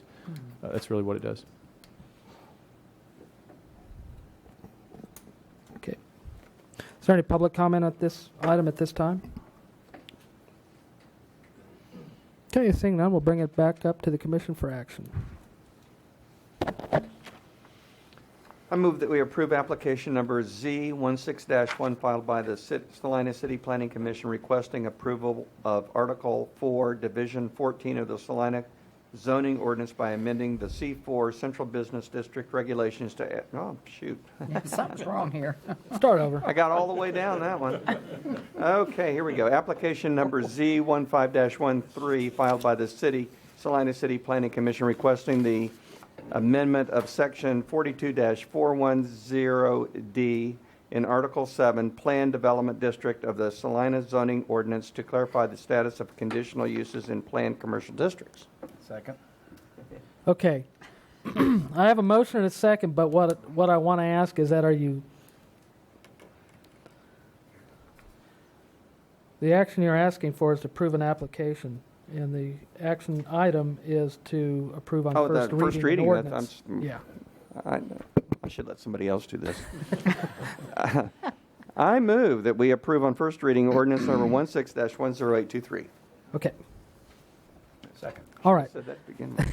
You're going to have to do that with me.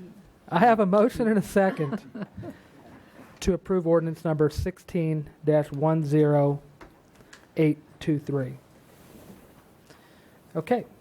Any further discussion at this time? Okay, seeing none, all in favor? Aye. Opposed? Motion carries 5-0. Thank you all, and now we will move to item 7.6. Item 7.6, resolution number 16-7324, discontinuing the City of Salina's utilization of the construction manager at risk delivery method for the downtown Fieldhouse project. Okay. Mr. Hardesty. Thank you, Mayor and Commissioners. I'll be fairly brief in this staff report, as I know we had a fairly lengthy meeting last Tuesday discussing a similar or lots of different topics on the same approach. John Frew from Frew Development and Todd Knight from McCown Gordon went into great detail providing information last week on the construction manager risk approach. One thing I wanted to note, if the City Commission elects to discontinue the approach, the Fieldhouse would then revert to a design bid build approach to deliver this project. The contract with McCown Gordon calls for two different phases. One is a pre-construction phase, the other is the construction phase. We're currently still in the pre-construction phase.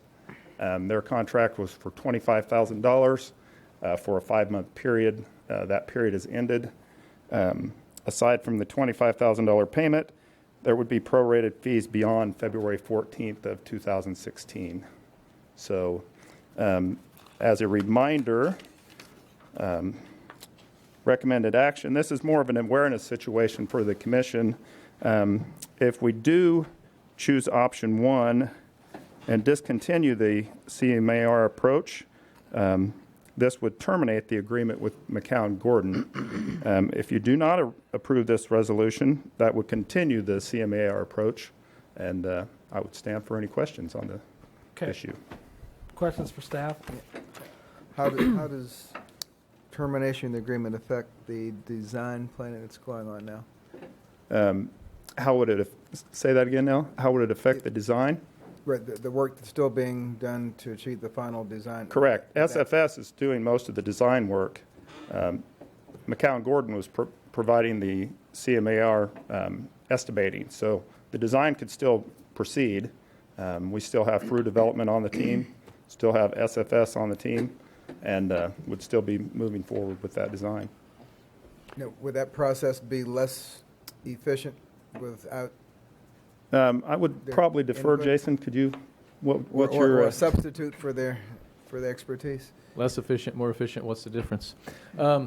It's a good question. I don't think the process to get to a design would be any less efficient. I think when you weigh, and this is something where the parties may want to weigh into, those that deal with this more than we do, but in a design bid build, you're looking at the potential for change orders, the construction, and it doesn't mean you're going to get significant change orders. You usually find little things along the way, or maybe the owner asks for changes, but your probabilities are a little higher for change orders in that process versus in the CMAR process.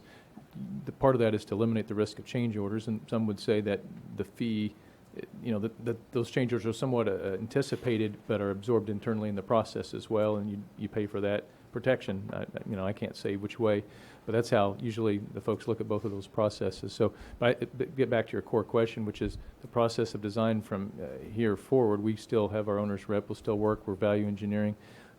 We won't be coming out and say, here's an estimate that's the same thing as guaranteed maximum price, because first of all, it's not going to be relevant if you're going to bid at that point. So what we'll do is we'll try to refine the design as much as possible where it makes sense to do that and do that quickly so they can get to running with that. I don't think it'll slow down design, that change. What slows down design is the change in the actual design, but that was going to happen probably with either of the concepts we talked about. So I don't think that it matters on the front end so much. But like I said, I would want to defer to those who, and they'll get it. I know you'll offer that opportunity, and they may have some thoughts on it. Okay. Would it make any sense to retain McCown Gordon through the completion of the design? Well, that's a good question. Again, Todd Knight's here with McCown Gordon. He might have an answer to that question. The point is to get to a guaranteed maximum price, and even when you get all the way to that, once you get that, then you decide what you want to do with that. You don't have to take it and move forward with it, but if you wait to that point and decide to do a bid, at that point a bid build, because you've already kind of taken care of the design piece, you're going to delay your project to create that process at that time. That's why the question's really kind of brought up now. So if you should decide to go there, that you have time to integrate that process and probably some level of pre-qualification for the contractors. So I'm not sure what the point would be at that. Well, yeah. To my knowledge, the inclusion of McCown Gordon to this stage has been to make the project more efficient, or to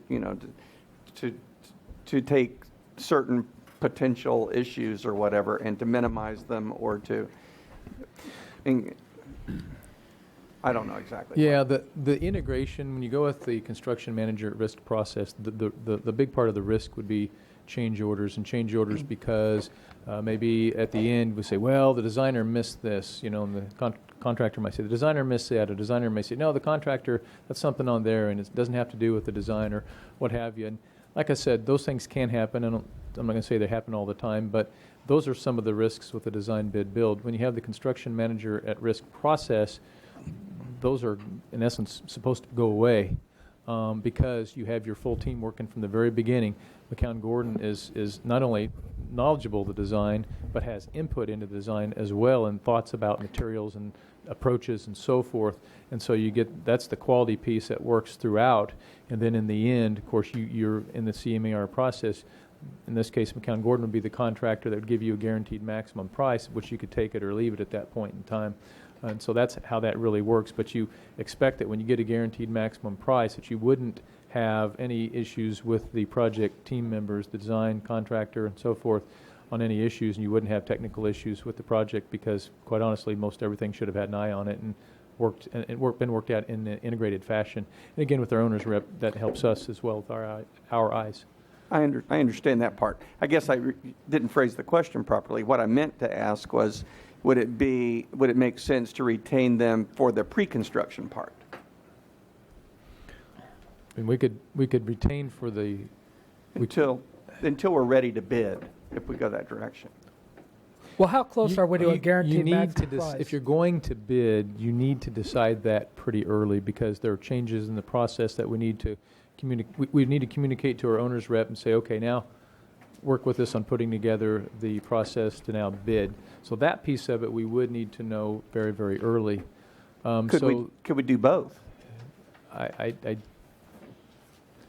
Would it make any sense to do both? You can do both in a sense. You could go all the way to guaranteed maximum price, but we're not ready to bid. So just the pre-construction part. We part. Stay with them, and we tell the contractor we're under contract with that no matter what your guaranteed maximum price is, we're going to keep you to that point, but we're going to still plan to bid. Well, I'm not saying necessarily the guaranteed maximum price to go that far. All I'm saying is we've been using them for pre-construction so far. Yeah. I'll be honest with you, and this is probably a good question for Todd, but I would say that when you get $25,000 for the time that's been put into it, there's an anticipation of having the construction project, and so there's probably I'm quite sure, some lost unpaid for time in that, which is fine. There might not be a big incentive for them to do that, knowing that they're not going to get, unless they by chance get the low bid. But I think that's probably a better question for the contractor. That's what I'm thinking. That doesn't make sense to me because, I'm thinking what you're saying, and I probably won't say it right, but if somebody feels like we're going to go to a bid process anyway, why should they do? What's the point? If you really cost out the time spent to date, it's probably far beyond the time spent. So the question would be why continue the pain? Well, let me phrase it. There's the fees that we are talking about. Let me maybe phrase it this way: when we passed the action to hire them and pay them the $25,000, it was to get at a guaranteed maximum price. Yeah, that's the intention. Yeah, absolutely. But so what we're doing now is we're saying, wait, time out. Let's don't do what we said we were going to do. Let's change gears. And so this might be a question for either one of you. If we're going to terminate this agreement, what is our basis for termination? What are we basing the termination on? Because so far I haven't heard anything other than, well, geez, if we do a design bid build, we might get better prices. We might. We don't know because it has to go to bid, and we might get the same things. We don't know because it hasn't been spec'd out yet because we're not at a final design. We're all guessing what that guaranteed maximum price might be. We don't know. So if I'm going to move to terminate an agreement with somebody, I want to know what the grounds are that I'm terminating. Mm-hmm. Because, it's a thing. I don't want to be known as the city that just arbitrarily backs out of agreements with contractors and construction managers and everything else. So I don't want that. And also, I don't think it's fair because I think we get a bad reputation if we just do that arbitrarily. If we have a reason, I'm good with a reason.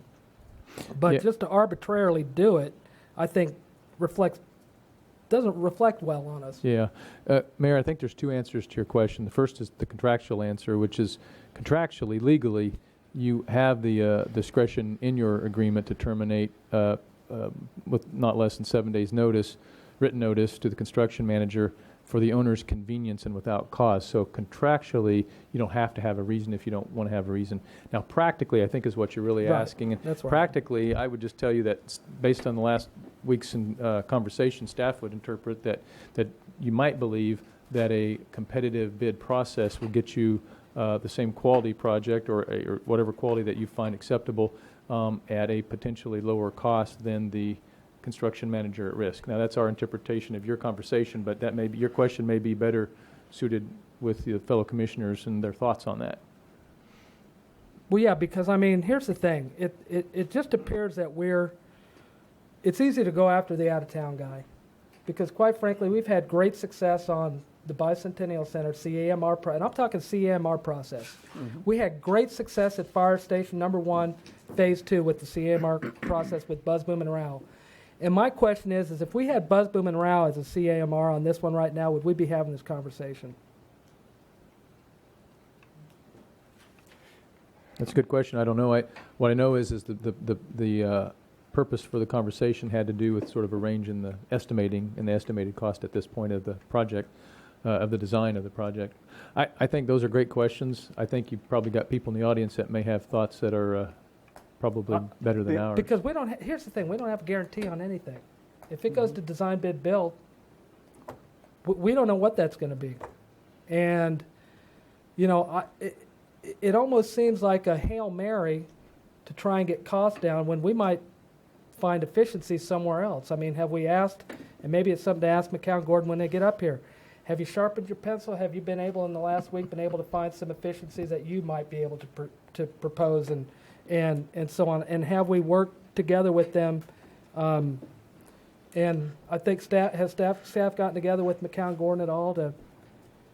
No, the last week, in order not to add any fee costs beyond what you're contractually obligated to, we wanted to wait to do any further work with them to see what your decision is this week. Otherwise, you may have a bill that's a little more than the $25,000, and rightfully so. So we haven't this week. Now, we have continued working with our owner's representative through development in order to kind of create a list and start talking about some value, some value engineering options. I think my interest in doing a competitive bid process was prompted mainly by the research I did that said, you know what, you might be able to do this project for a lesser cost if you go that route. All we heard when we were looking at the various options for the different field house designs were, well, this one's going to cost you roughly $190 a square foot. This one's going to be, you know, they were all in the same ballpark, $190 a square foot. And, you know, at that point I was thinking, I can't imagine that we wouldn't come out better going the competitive route on this one, just because the building doesn't seem quite as complicated as the Buy Center project, where I think the CMAR process did pay dividends for us. But this one is, you know, it's almost like it's new construction. It's there aren't a whole lot of issues that I can see that would play into that same equation. And I think that given the chance to bring in contractors from Dallas or Columbus, Kansas, or wherever. Or Salina, Kansas. But we don't even know what the guaranteed maximum price is. Well, we'll find out. Yeah, we'll find out. But I have process. a feeling that it's going to be substantially less than $190 a square foot. That's all. Well, no, I'm saying we don't know what the guaranteed maximum price is going to be, not what the bids we get in are. And the other thing I think you need to consider is that, you know, there's pretty much three things we're looking at when we're looking at this unit. We want something that's going to be high quality. Mm-hmm. And I think if we go with the CAMR that we have now, we know that we're going to get high quality. We got it at the Bicentennial Center. I don't think there's any reason to disagree with it. If we go with low bid, well, you know what? If we get one of our preferred local contractors that happens to be the low bid, I think we'll also be okay with quality and stuff. But if we don't, if someone else out there is low bid, and we don't know who that is right now, and it could be anyone from out of town or in town or whatever, we don't know that that's going to be the level of quality. We might just be stuck with a low bid. The other thing is being able to deliver the project on time. And like I said, we're happy with the fire station, we're happy with the Bicentennial Center. That process got us to a completed project on time. Who knows with the design bid bill? If we have a good set of plans, a complete set of plans, which I think we will by the time the bid process rolls around, okay, and we pre-qualify the contractors so that we know we're not getting a fly-by-night driveway contractor to do this building, and we get a contractor that is able to bond the work, I think that we're covered pretty well. Well, I think that process.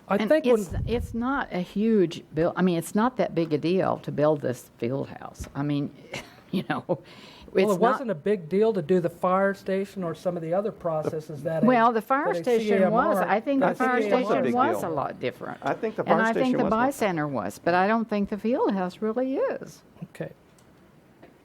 And we're talking about taxpayers' money here. If we can get a lower bid that is a person that is qualified to build that, why not? Maybe all of you can explain to me why we think we're not getting the right bid from the CAMR process. I have a feeling, if I was the estimator for this job, I grew up doing estimating for construction. I have a feeling that I would figure a way that I would not lose money on a job. Mm-hmm. And that's the goal of construction. You don't want to lose money. And, so if you're dealing with the CMAR guaranteed maximum price, my guess is that guaranteed maximum price is not an aggressive number. I think that number includes contingencies for all of the change orders that may or may not. Let me ask you this: Should the school district feel like they're wasting money because we've got CAMR process on 2 schools? I'm thinking that the field house falls into a different category. That's all. I think the CMAR process I like. I thought it was great for the buy center. Okay, I think it was a good deal for the fire department. My question is, why weren't we having this conversation however long ago when we decided to go down this road? Because we were not given the education that, you can build a field house for $190 a square foot. Well, maybe there's a field house or another contractor that could build it for $150 a square foot. We don't know, but we'll never find out unless we try that process. Mayor, the answer, from staff's perspective, the answer to the question is because when we recognized that based on just estimation, there's very little bidding that's happened so far, but that's still to come with the subs. But when we recognized, based on the cost estimation, that you were could be very far off from the original budget. Again, whether that budget was realistic or not, it's not really relevant at this point, except to say that when we recognized it was pretty far off, and we looked at the time frame, you had a budget gap, and you had a gap as it related going back to the charter ordinance, and then we had to look at the time frame for approving a charter ordinance at 80 to 90 days. We had to bring that question back to you, and so in essence, you're looking at an estimate of a project at a time that normally you wouldn't. Normally, you don't need to because they're working on it up until the guaranteed maximum price, and when you get that, you've got their best number, and then you can judge their number. In this case, it's like looking at an artist's work before they're finished, and you can't tell what it is. It's somewhat like that, and so that's what brought the attention to it. Normally, you wouldn't need to see it, and you wouldn't care until you get a guaranteed maximum price. Did we hire the architect first or the CAMR first? I'm fuzzy on the designer, I believe, was architect. first. Well, we had FRU first. Yeah, the rep. And then SFS architect, and then brought the count on board. What was SFF's initial flush reading at whether we were on the right track with budget or not? You mean after they were just brought on? I mean, yeah, because they would have seen the schematics that the what do we call them, this field house group had put together, which they said was initially 8.7 million, and then that was upgraded to 9. So was there any idea that at that time we're looking at 11.5? No, I don't think so. I think just even when we interviewed designers, we sort of threw out the question about the budget, but honestly, they didn't have information to go by except just project experience. But they didn't have units or anything like that. But I think we all were worried about the budget because we had a couple other projects in which the budget number or the actual number was a little higher than the budget. So we were all a little bit worried going into the budget. But I think initially they thought that might be fairly tight, but there's no indication of whether it's 200,000 tight or $1 million tight or anything like that I'm aware of. No. And then I think the first schematic estimate was 11.6, if memory serves me. Yeah. And let me ask the question this way, maybe, because it sounds like we're kind of looking for a certainty that the price is going to be lower.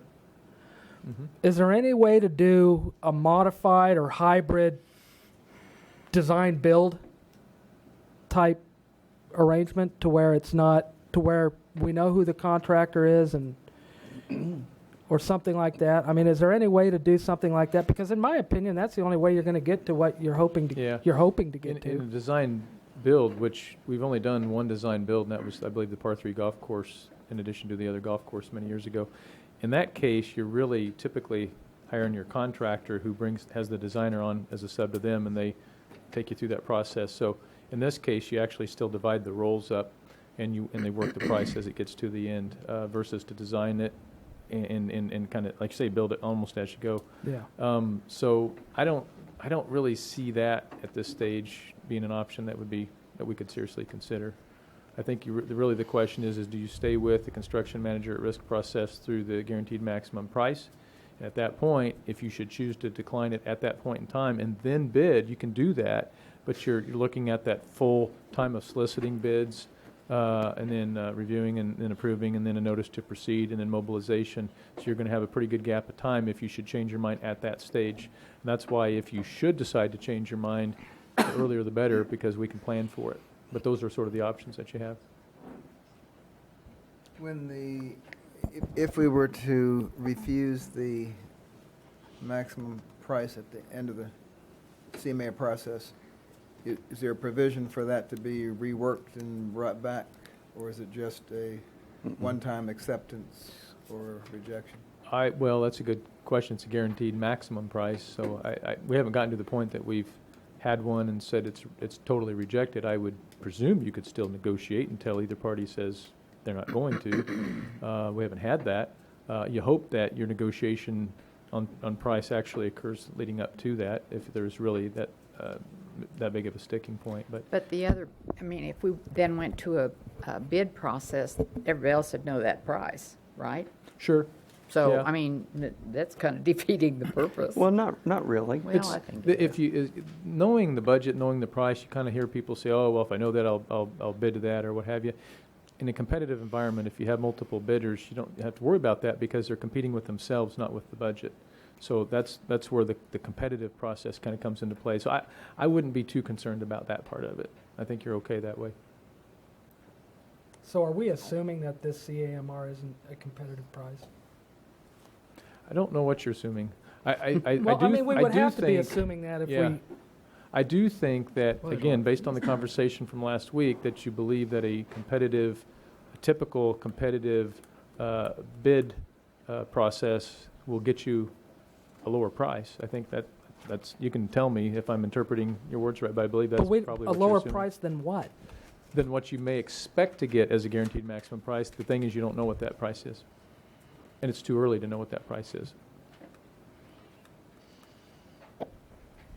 You just know where you're at today with the estimating and where your budget started, where you think that budget should or shouldn't be, and what you have as a cost estimate at this stage of the design process. That's what you know today. You do not know what a guaranteed maximum price is. And that was a really quick number that was thrown up on the 3-3 alternative last week?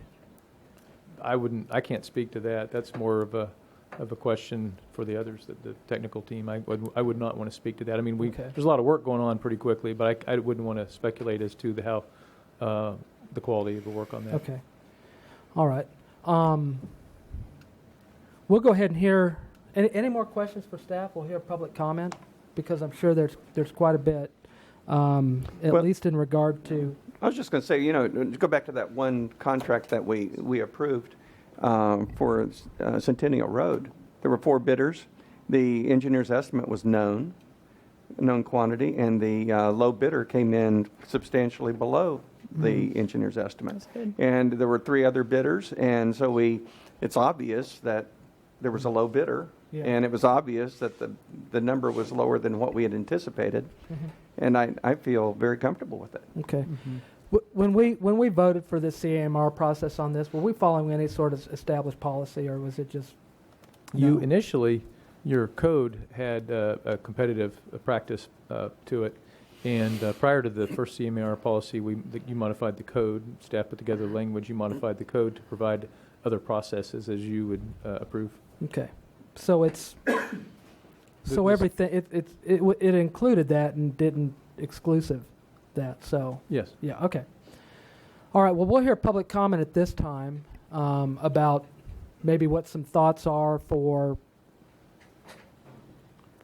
design, bid, build, CAMR. So if we want to hear from either group or public comment, Norman, come on up. Don't you guys wish everything was easy? But that's the beauty of the capitalistic system. So let's get rid of it. But for a contractor to come in here on a wish or a promise, then that responsibility is on his shoulders. Well, if I bid low, I'm going to get the job. That's his fault. Because contractors, when they make a bid, they're bonded. So you as a city are covered for the construction costs. Yes, you may be delayed in time, but still you're going to get a quality project, quality materials at a better bid. So I kind of agree with Mr. Hardy. I've worked in the construction business, and if I don't bid low enough to get the bid and I lose money, that's my fault. Okay. Nothing is free. Okay. Thank you. For the record, that's Norman Mantle.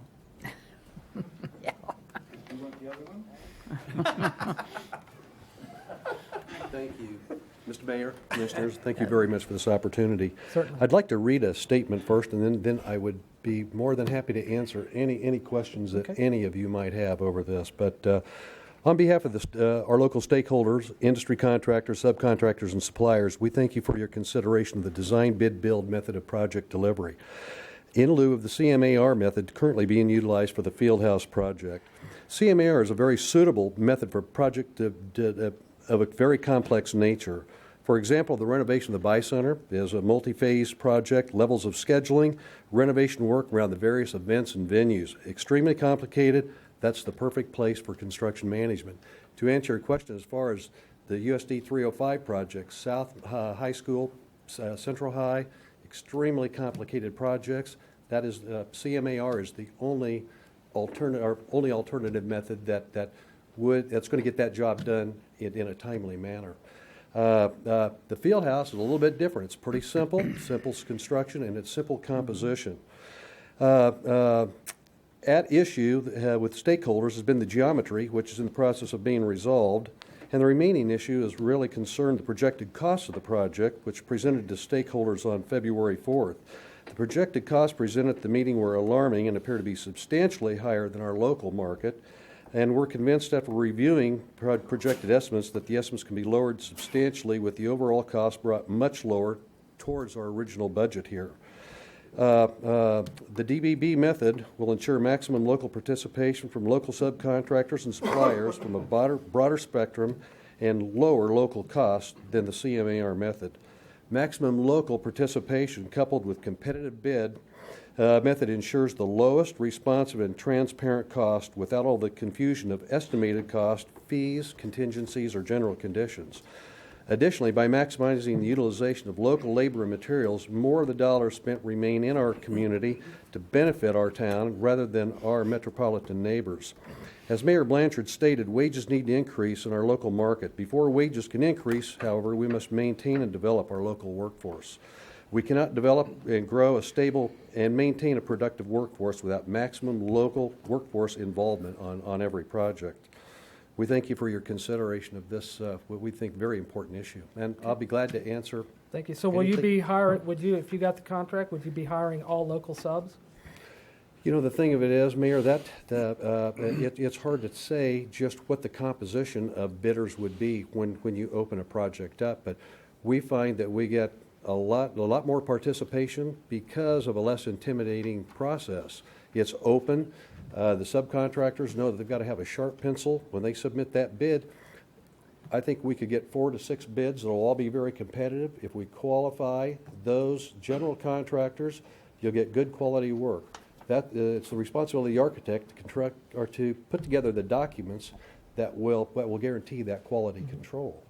Okay, because I mean, you know, Commissioner Hardy had mentioned the Jumper Road. Yes. And that was actually the second lowest bidder was a local firm, but the lowest bidder was from Newton. Right, right. So we really, no. I mean, it could. I mean, going from yours, I mean, generally, a lot of the past projects that we've done on design bid build, just take Fire Station Number 1 for instance. Yes. It was Cheney Construction, which hired a lot of out-of-town subs. Right. We weren't real happy with the quality or the outcome of that. Understand. Which is why we put that phase 2 out to CAMR. Right.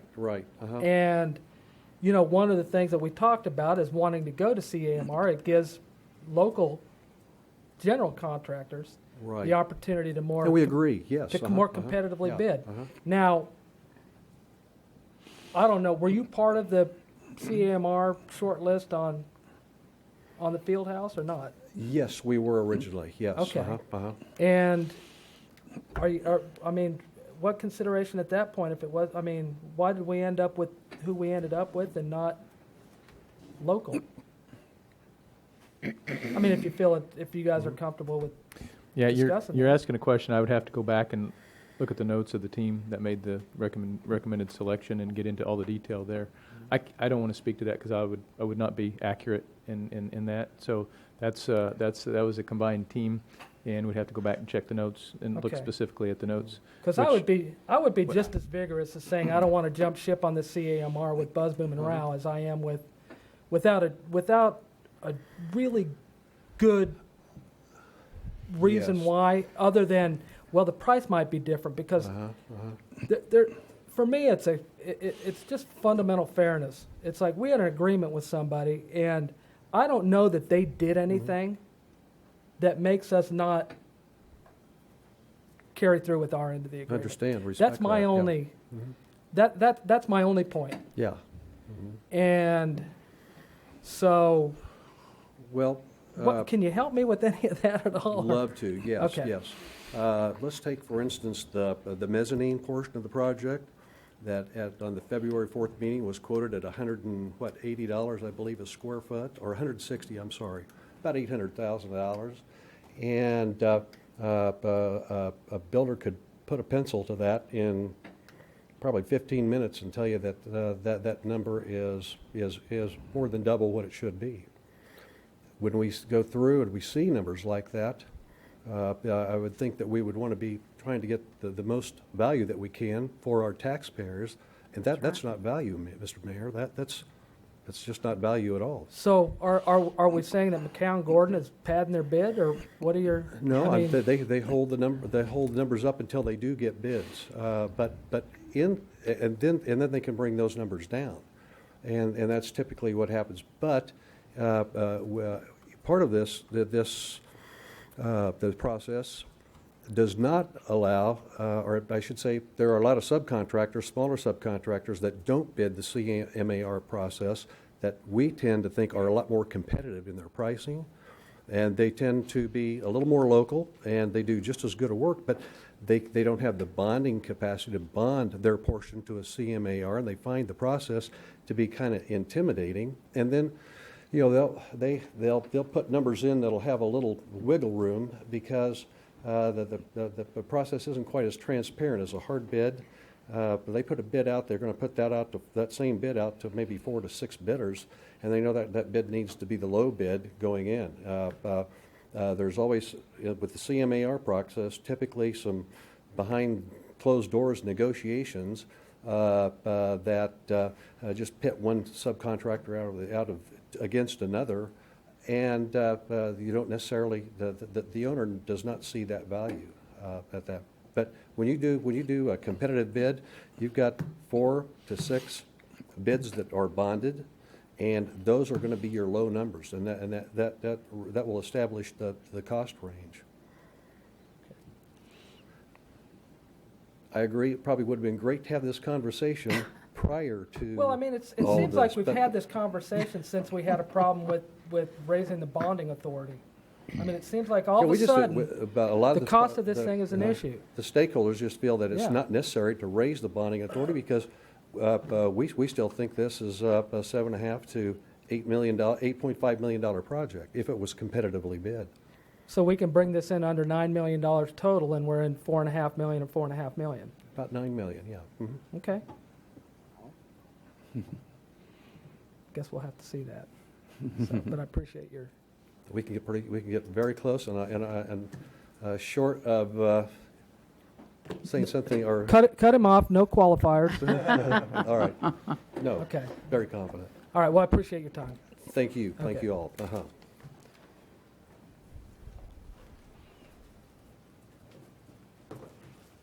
First question: can you do it for under 8.5 or 9? There's a lot of moving parts to this, isn't there, this evening? This is great. Well, I really appreciate Todd Knight, McCown Gordon. Good evening. Wanted to help try to answer several of the questions that have been flying around this evening and for the past few weeks. First and foremost, the budget that we provided for the 3x3 option was basically a napkin calculation that we had to calculate in a short order because the basis of our design was the 4x2 option. If you recall the presentation, 4 courts, 2 courts. So we quickly had to react to the stakeholders and the city getting together and coming together with a final design that would work for everybody. So we did that with using the 4x2 option as the basis of our calculation and a quick modifier to get to the 3x3 option. Some of the comments about the competitive process, I respectfully couldn't disagree more as far as the open book, hard bid scenario that we will place this project under in the CM at risk process. It is an open book process. We share with all of the folks that are on the team the bids that come in. It is 2 o'clock on a Thursday bid time, just like you would normally see in a competitive process. And all of the subcontractors bid in that environment, and the low qualified bidder wins. There's no closed door behind the scenes monkey business that goes on. We make sure that they have a full and complete scope by all means, but the low bidder is successful. In a public environment, stewardship and taxpayer dollars, that is paramount. We absolutely would not risk any questions that would come about because of that type of a scenario. The other piece, as far as some of the components that you might gain in a CM at risk process, is the overlap of design and construction to some degree. We've already bid out the pre-engineered metal building portion. We've selected a team member. They were in a competitive environment, and those individuals came to the table with cost-saving solutions, and it allowed that portion of the design to commence and move forward while we are completing the design on the rest of the project. So what that means is we can start construction sooner and in turn avoid winter conditions by shoving this building back and having to install masonry or windows or what have you in the winter months. Our plan is to have this building fully enclosed before the snow flies. So that was one of the components I definitely wanted to bring to the attention. I agree wholeheartedly. The pre-construction costs that were quoted were a reduced rate. We absolutely wanted to win this project and build this project. We were placed into a competitive environment last July 31st, I think, is when we actually interviewed for the project. And at that time, I can't imagine we weren't competitive, and we wouldn't be standing here if we weren't in the competitive range or the most qualified to build this project. So with that being said, that portion, if we slide that off to the side, and now we're talking about subcontractor quotes only, that portion will be performed as any other design bid build process, other than all of the subcontractors will quote to us, McCown Gordon, and that process would be open book. We've talked about the cost savings that would be realized on the back end. If anything, if we are able to build the project cheaper, quicker, faster, better, those dollars would be returned to the city for reinvestment into the project, or potentially used at your wish outside of the project, the four walls of the project. I suppose at this point, I appreciate again the termination component. We value our relationship with the city of Salina. We've been here, and from what I understand, all the great comments we've received from the Bicentennial Center, that went off without a hitch. We've received glowing reviews from the school district here in town, and we have tons of local subcontractors involved in all of those projects.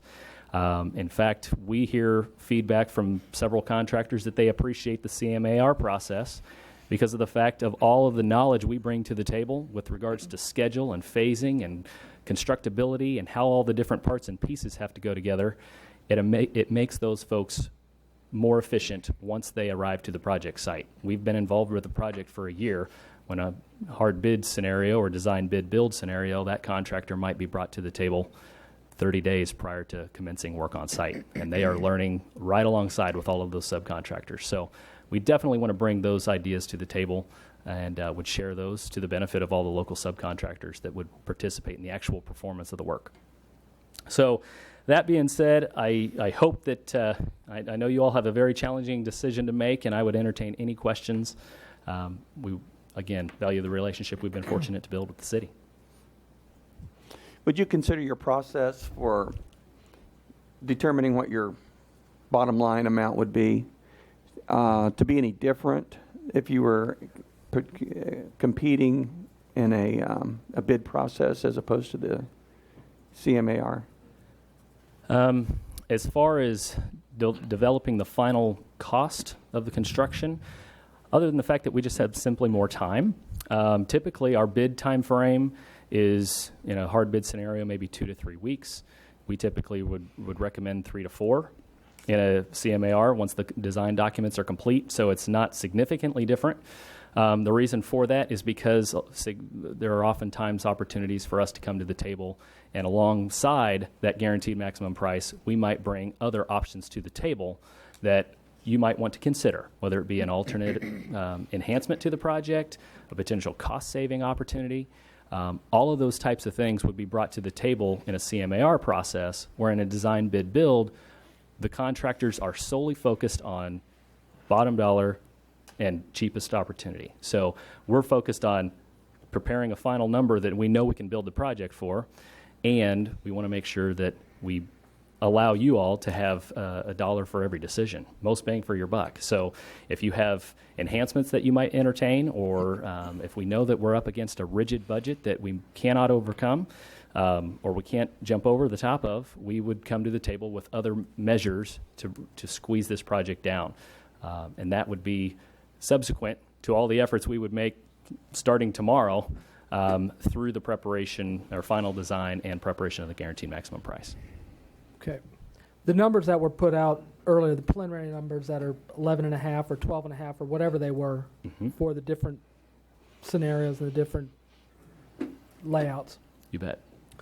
Were those numbers that were put together by McCown Gordon or by the team of Frew, McCown Gordon, and the architect? Sure, that is the numbers you received last Tuesday were the all-in final cost. So that would include all soft costs, design fees, land acquisition, all of those components that don't fall under the construction piece. Okay. McCown Gordon. Our line was the top line, the $7 million number to construct the building. That's the actual construction of the facility. And then we also had a site line that we wanted to break out because there's some demolition and things we wanted to draw attention to. So yes, if I'm speaking correctly, Jason, I don't have that right in front of me. I apologize, but there were maybe 12 lines. Well, and I appreciate that, because when you talk about the building costs and the soft costs, so when we hear that, well, we can do it for 8.5 or 9 million. Well, if it's 9 million, the design costs and the land costs and everything, that gets us already up to about 11.5 million. So what are we really saving? I mean, or is that 8.5, 9 million include the cost of the land and including the architects and everything? Yeah, Okay. Mayor, I think Mr. Miller indicated that that was considered to be an estimate of the total cost, all project costs Total included. everything. Okay. Yeah. Okay. All right. Any more questions? Yeah, Ms. Knight? I have no ulterior motive in asking this question, but just for full disclosure, are your fees based, or part of your fees based on the total cost of the project?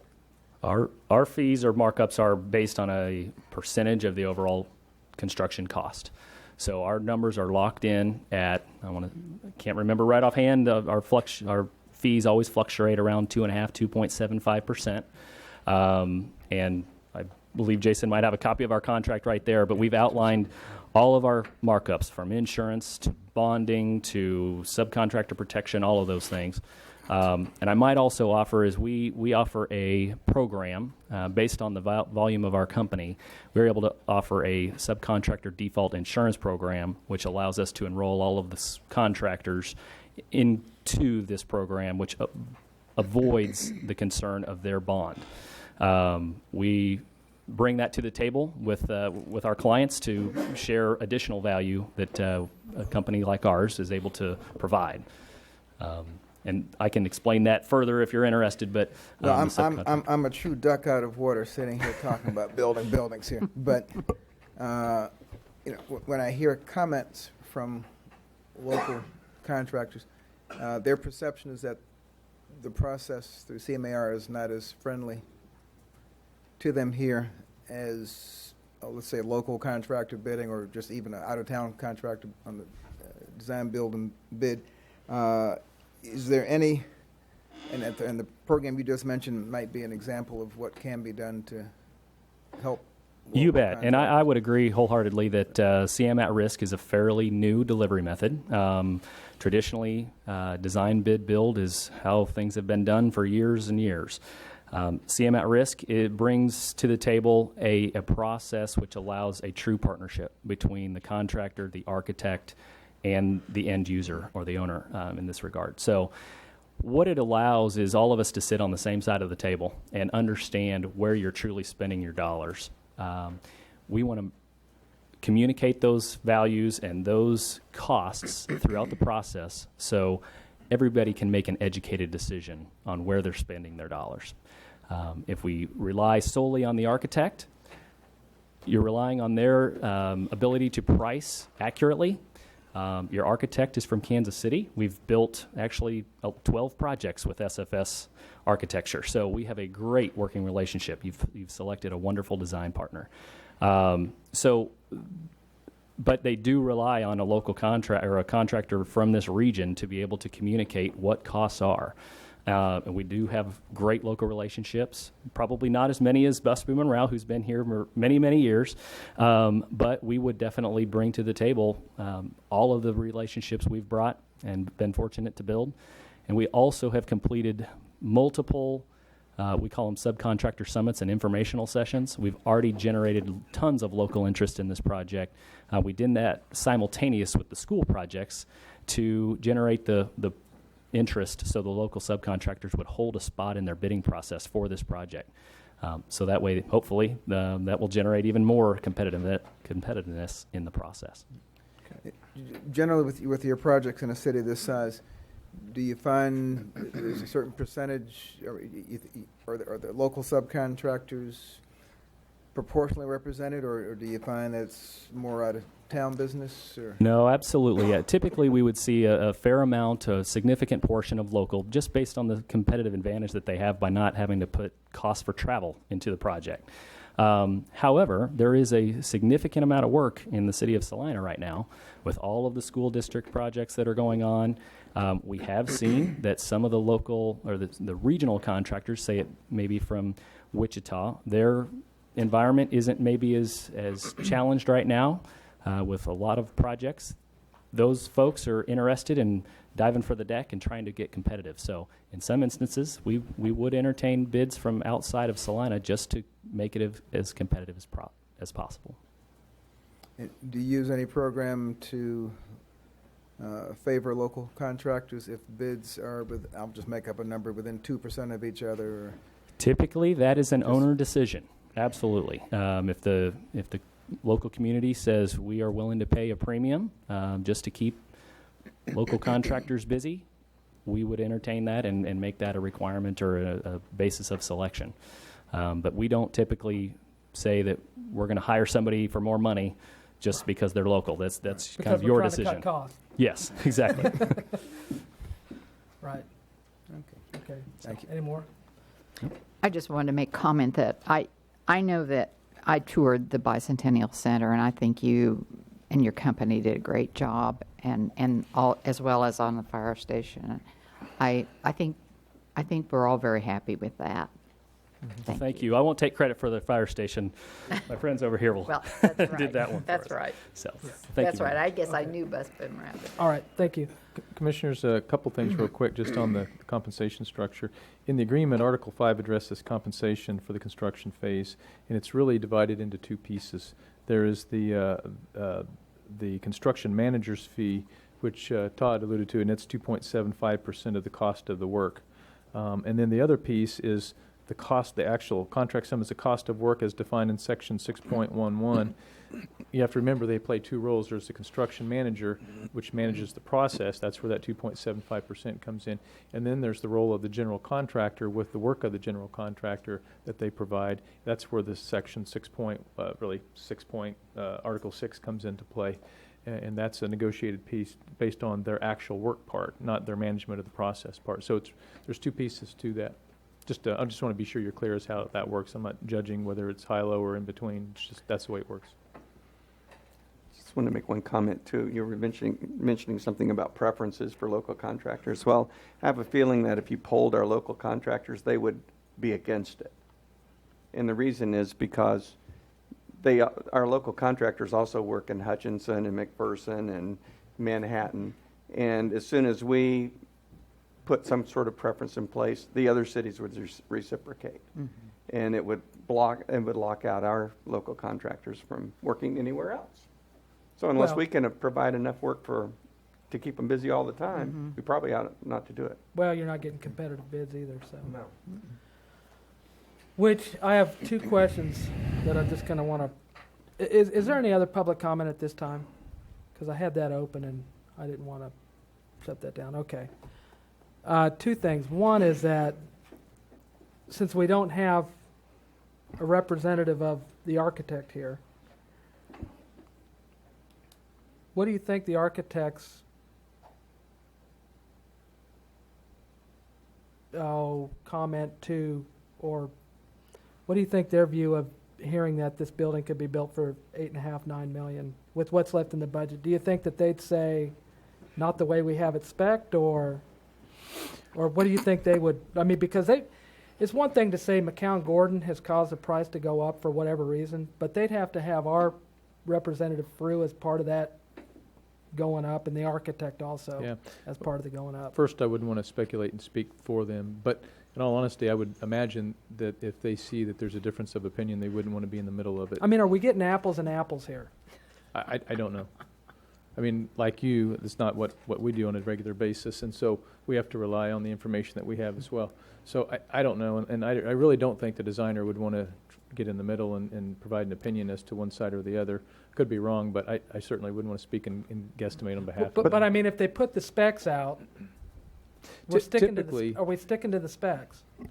Or are we going to say, well, our main goal is to keep it under a certain dollar amount? Or in the design bid build process, what happens is they'll design to the scope that we ask them to design, whatever that might be. They'll cut what we ask them to cut and so forth, and they'll provide good insight as to whether it's a good idea, a bad idea, that so-called value engineering, this material for that material, the square footage for that type of thing. In a typical design bid build process, you get an estimate from the designer at the end of the design process. So when they're totally finished with design, they'll give you the engineer's estimate. You saw that earlier. We provide our own estimates for street projects, but you always get an engineer's estimate, and we do that with all projects. So you'll get that. How close is it to an actual bid? Sometimes we found that the estimate's low and the bids are higher. Sometimes we found that, like we just found here, that earlier, that the estimate's high and the bids are lower. It's really hard to tell because until you actually have, whether it's a bid or whatever process, until you have the actual number that you know you're supposed to pay to the people who are going to construct the project and buy the materials for it, you don't know what your real cost is going to be, and the estimate is just what it is. It's an estimate at that time. But generally speaking, that's when the designer would probably give you an opinion, is at the very end of the project when they're finished with their design. And you would have that. And the reason you get that is because you put weight into that thinking, well, let's just say that estimate's over budget, and then before you would solicit bids, you might say, if you're way over budget, well, what do we need to do to bring the project scope down, or are we willing to spend more for that? That's the decision that you make at that point before you would solicit bids, because you don't want to be in a position to solicit bids if you don't even know if your project's funded, if you're going to award a bid. That's not fair to the contractors that would bid if you went with that process. I would think that the design specifies, like metal doors versus wooden doors versus glass versus some sort of special insulated glass, and everyone has access to those same. Well, I mean, but the types building of could be quantities. designed with a certain R factor of insulation. It could be designed at a certain That'll be specified glare too. specified Yeah. glazing and so on. I mean, so well, right, but I mean, we don't even know what it is now. I mean, we don't with the process that we've embarked on. We don't even know what it is now. We know that it's going to meet the specifications for SFS for a field house. Yeah, we're not going to give you a Well, building that's kind of my thing. Is are we going to change neither would the anything designer. in the design phase at this point? I mean, are we going to have to? And that's why I'm asking. Okay. Would SFS say you can build this building for $9 million, or would they say there's no way you can build it the way we I designed don't it for $9 million? think they would tell you right now. I think Okay. that I think the only time they would tell you their perspective is if you're in a design bid build and it's part of the scope to ask them to give you an estimate at the end of the design phase, and then they would give you their estimate. That's what I think they would probably do. It's especially if there is disagreement on that. I don't think they'd want to enter into that. I think they would say, well, just tell us what our role is, and then if our role includes an estimate, and presuming it's at the end of the project, that's when you'd get our estimate. How do we affect the other? I mean, obviously our owners rep, and we have a 3-part team now. How does the team operate without the third member? Well, I mean, okay, yeah. or What we would do is we wouldn't be estimating. We wouldn't obviously have, if McCown Gordon wasn't with us, we wouldn't be estimating and value engineering with them to the end of the project. We would be working with the city, our folks, making decisions of any significance. They'd come to you. At this point, I think we're down to small decisions, but with the owner's rep and facilitated with the designer is what we would do, and that's the expectation you should have, and that's what we would do. well, I'll just mention this because when we hired the architect, we hired him at a 10% fee, at a fixed fee, right? Yeah, I believe a fixed So fee is it a fixed or fee based on fixed percentage, or? I'd have to check. I haven't looked at it in a while, but typically it's a percentage of the cost, and I believe it's a fixed percentage. I believe that's correct. Yeah. I can look. Okay, Greg, you so have did that they get? handy? Will their will check that. final fee be based on what the actual construction cost is, or what an estimated construction? Tell you what, cost we'll. I think we can find that here pretty quickly. I've got it here as well.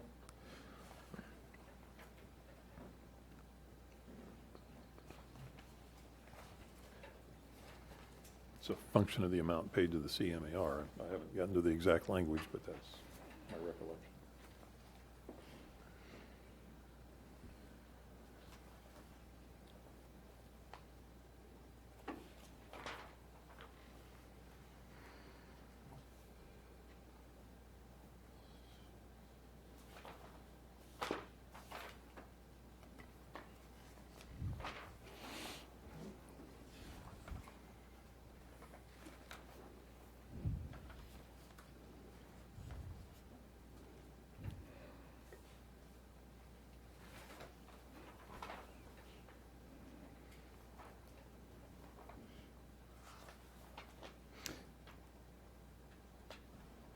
Okay, Commissioners, under Article 11, compensation for the architect's base service described under another article that talks about their services, 7.95% of the total amount paid by the owner to the construction manager, excluding the construction manager's pre-construction fees and costs and the construction manager's construction fees.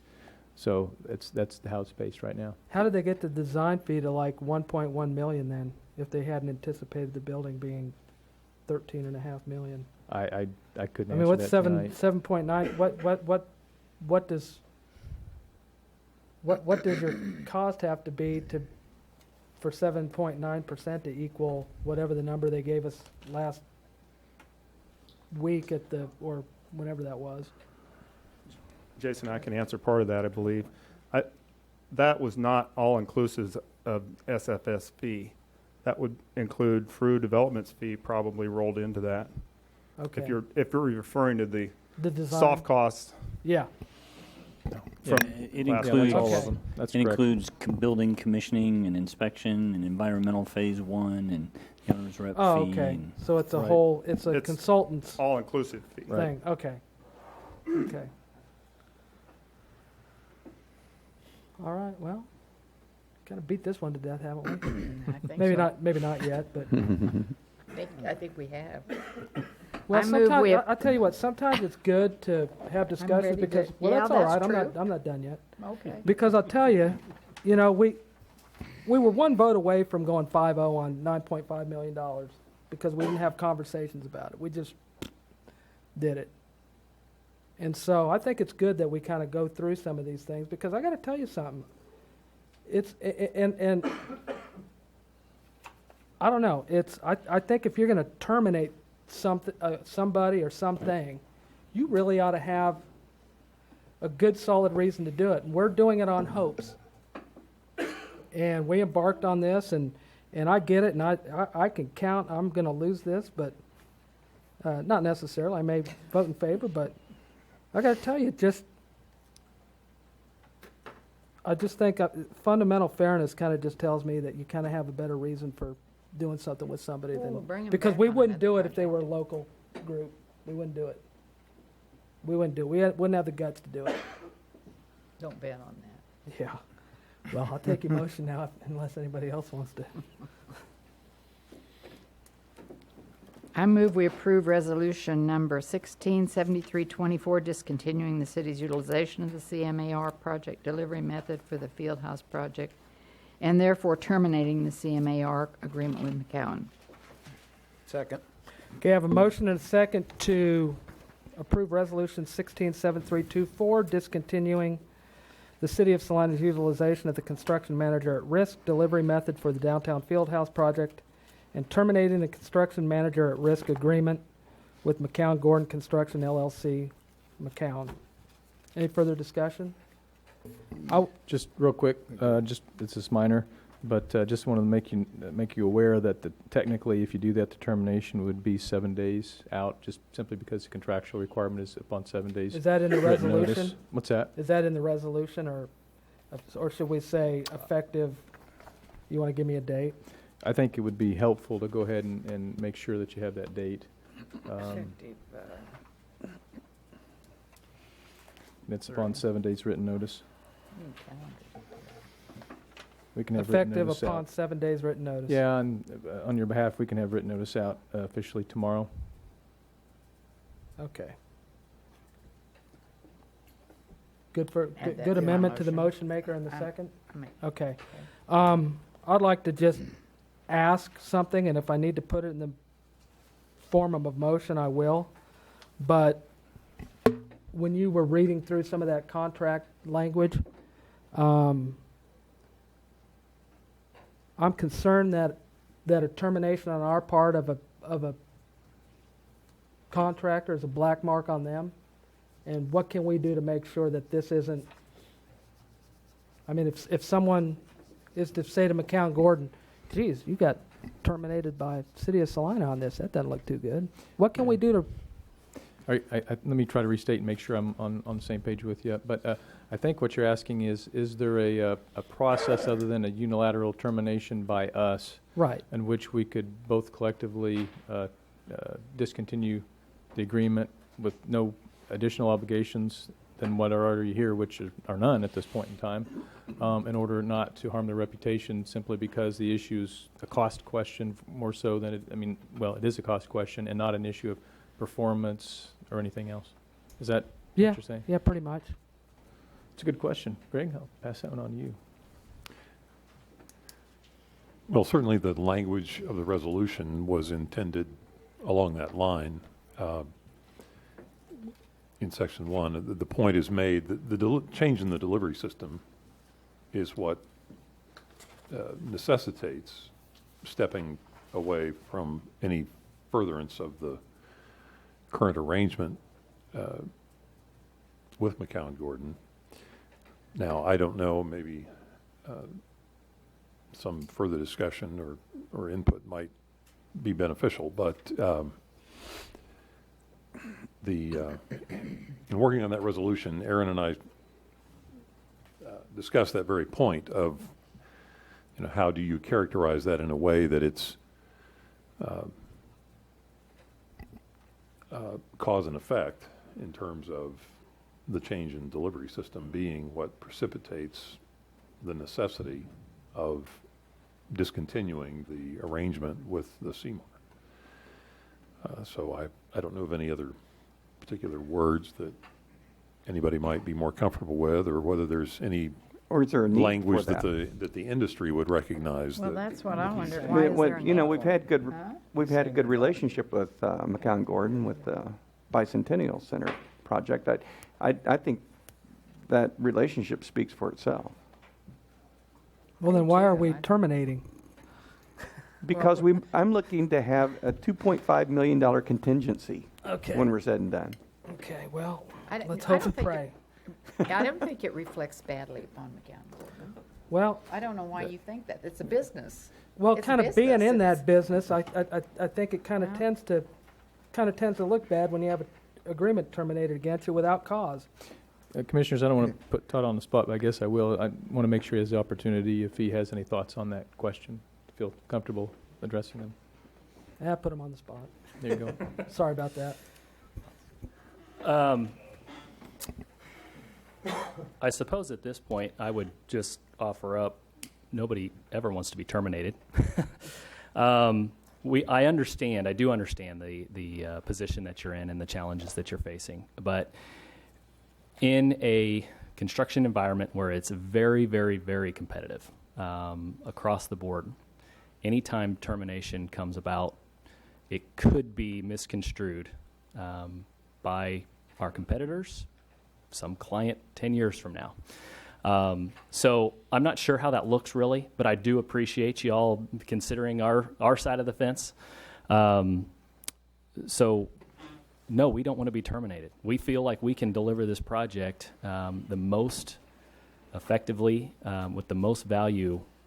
Absolutely, no questions asked, and we can drive this cost down if that is what the direction is that we need to do through scope reduction, and let this process work its way out. But absolutely, termination is not anything that we take lightly, and it's very serious in our business that we don't like to be terminated and have never been terminated. So this is kind of a big deal to us, absolutely.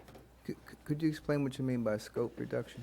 For example, we took a wish list from both the city folks and the stakeholders and added up all the different components.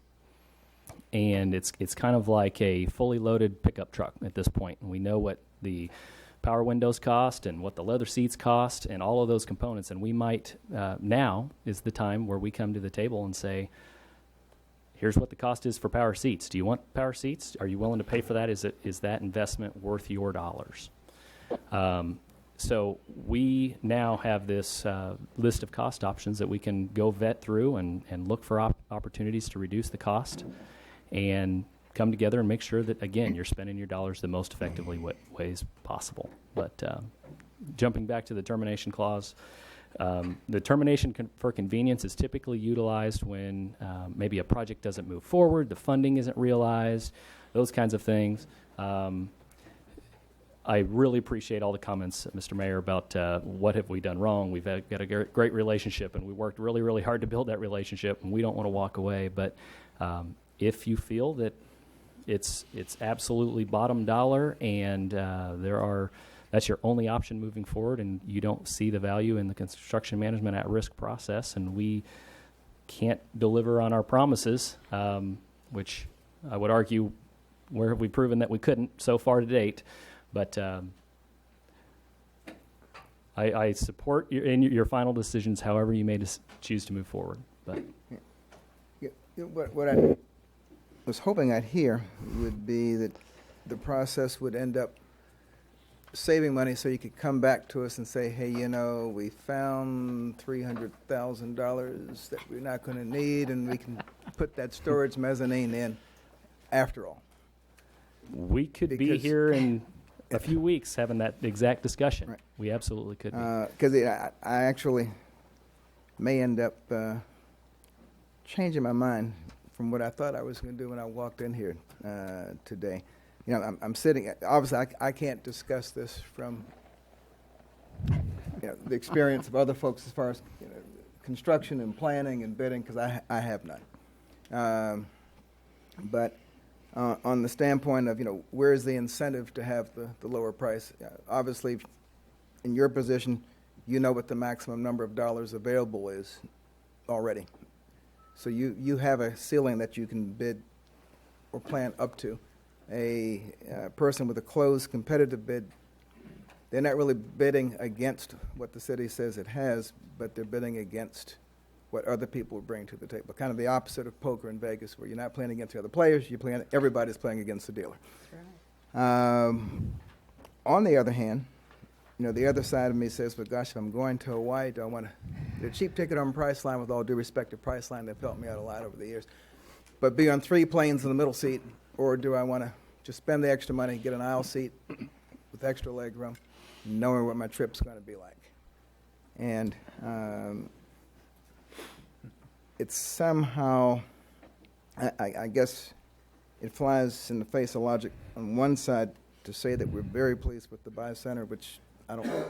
There were some major additions that had to be done because we found things that we didn't know about, like the roof along the way, but and not think that it's not going to be a good project this time. I don't know if it comes under loyalty and good service, but they do count for something.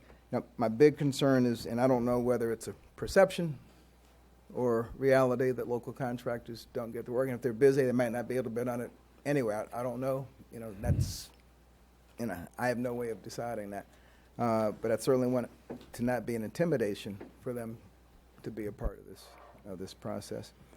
And of course, the big issue is if we kind of knew around where the closed bids would come in, we could say if we're doing all this work to save $300,000, it's probably not worth the anxiety of knowing any Monday we could have someone come up and say, well, we need another $100,000. And in that regard, I just as soon not have the anxiety over cost overruns.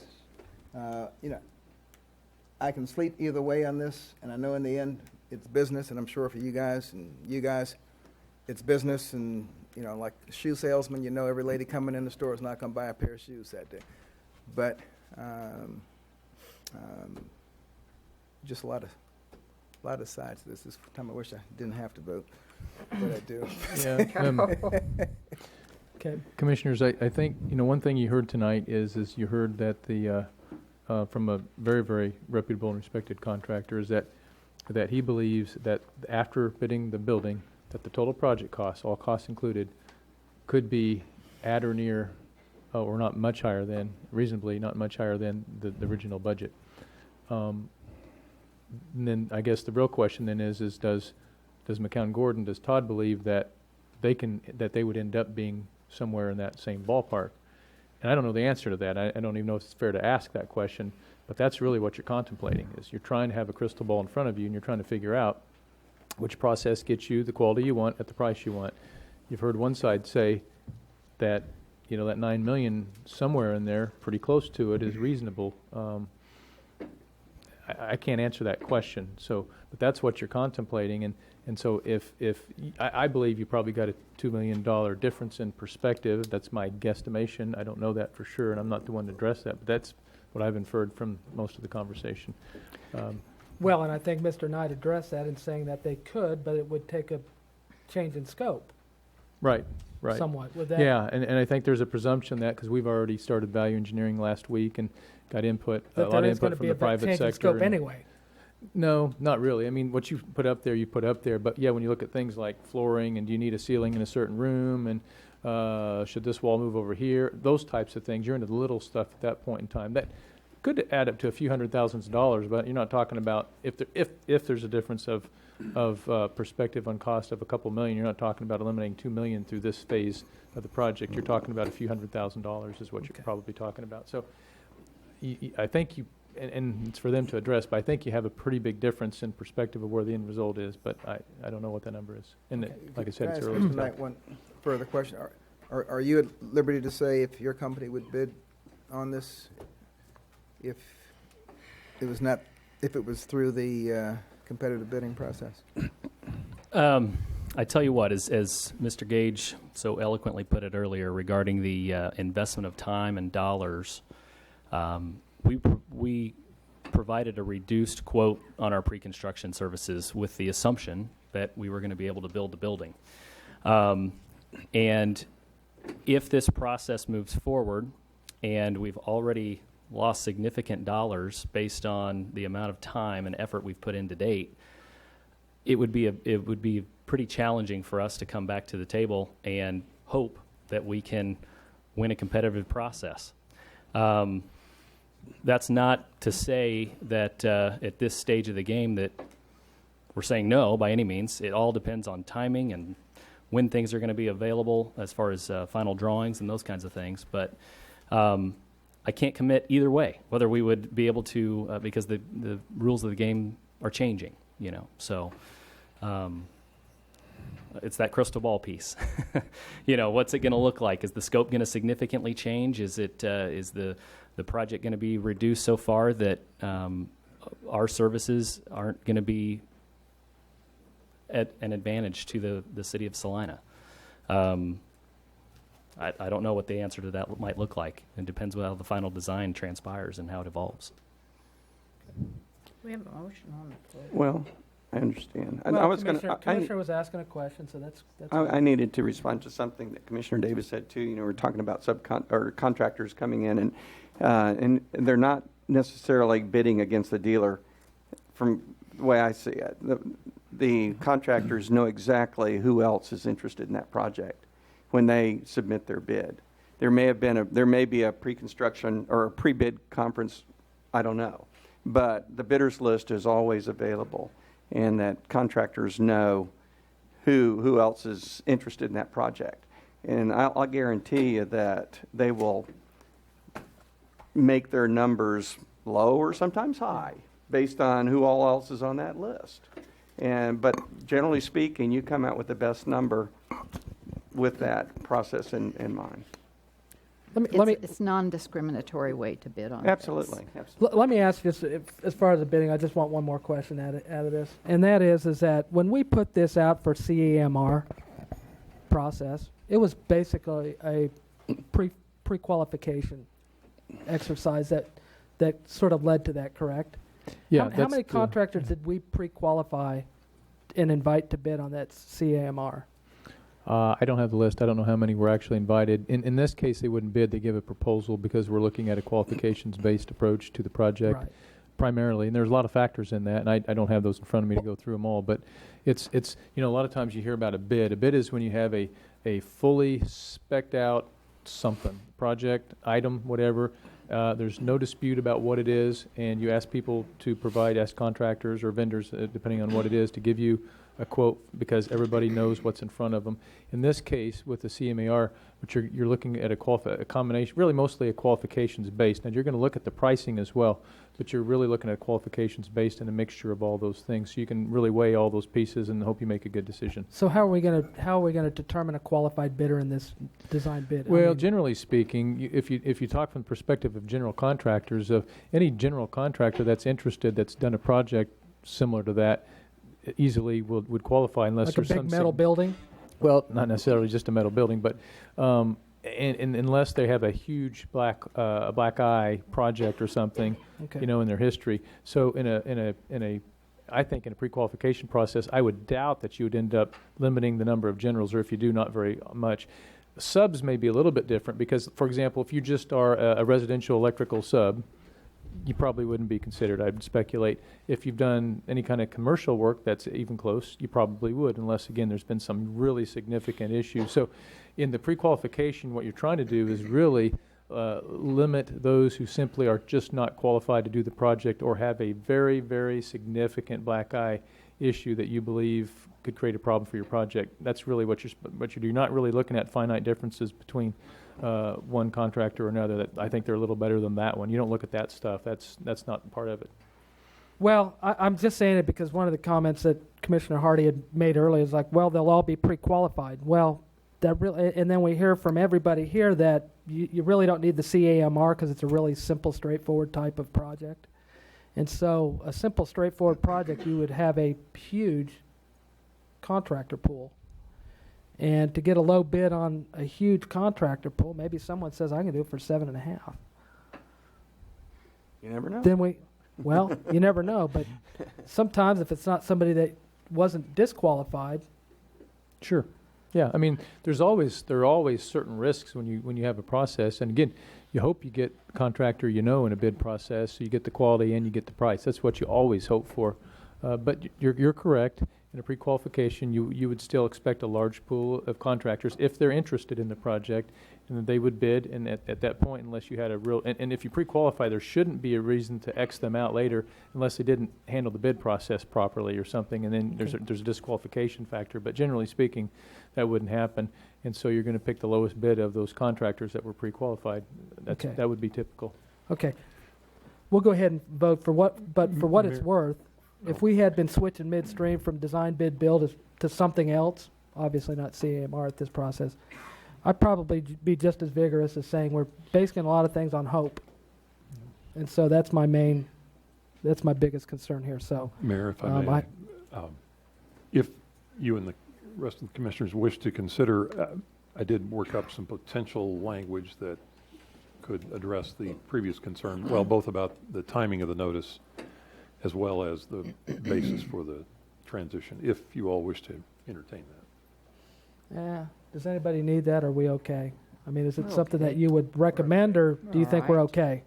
Commissioners, I'd recommend it. I think what Greg's getting at mostly is that if you want to be conscientious to the fact that McCown Gordon's a very good quality contractor and has done a great job for us, and your intent is simply to create a competitive process to get what you hope is the lowest price, but in doing so, you don't want to, even unintentionally, disparage them in any way. Your language in your motion can help you get there. So, okay. Or in the, yeah. Okay. If you wish, this would just be a modification to Section 1 of the proposed resolution. And if you have it there in front of you, it now says the city manager is authorized and directed to, and then I would first insert immediately deliver written notice to McCown Gordon that the city will discontinue effective March 1, 2016. That would address the 7-day notice. Its utilization of the construction manager at risk delivery method for the downtown Fieldhouse project. Then insert to facilitate competitive bidding unrelated to McCown Gordon's performance, and therefore is terminating the CMAR agreement. So moved. Second. Okay. I have a motion and a second to amend the motion by inserting the language provided by council. All in favor of the amendment? Aye. Aye. Opposed? Nay. Okay, the amendment was approved 4-1. Okay, and we have a motion. The standing motion on the table is to approve resolution number 167324, discontinuing the City of Salina's utilization of the construction manager at risk delivery method for the downtown Fieldhouse project, and therefore terminating the construction manager at risk agreement with McCown Gordon Construction LLC with amended text. Okay, all in favor? Aye. Aye. Opposed? Aye. Is it two? You were voting. What was the It was second vote? it was a He straight was vote. voting It on was the a other one. all in favor? Of the, One, with the two. two votes? I'll go ahead and restate the motion, Okay, redo thank the you. vote. And I'll read this. The item is, or the action is to approve, motion and second was to approve resolution number 167324, which was a resolution discontinuing the City of Salina's utilization of the construction manager at risk delivery method for the downtown fieldhouse project, and therefore terminating the construction manager at risk agreement with McCown Gordon Construction LLC as language amended by City Council in the amendment to the motion. So we're voting on the main. This is the main meat. This is the last vote. Okay. And so all in favor? Aye. Opposed? Aye.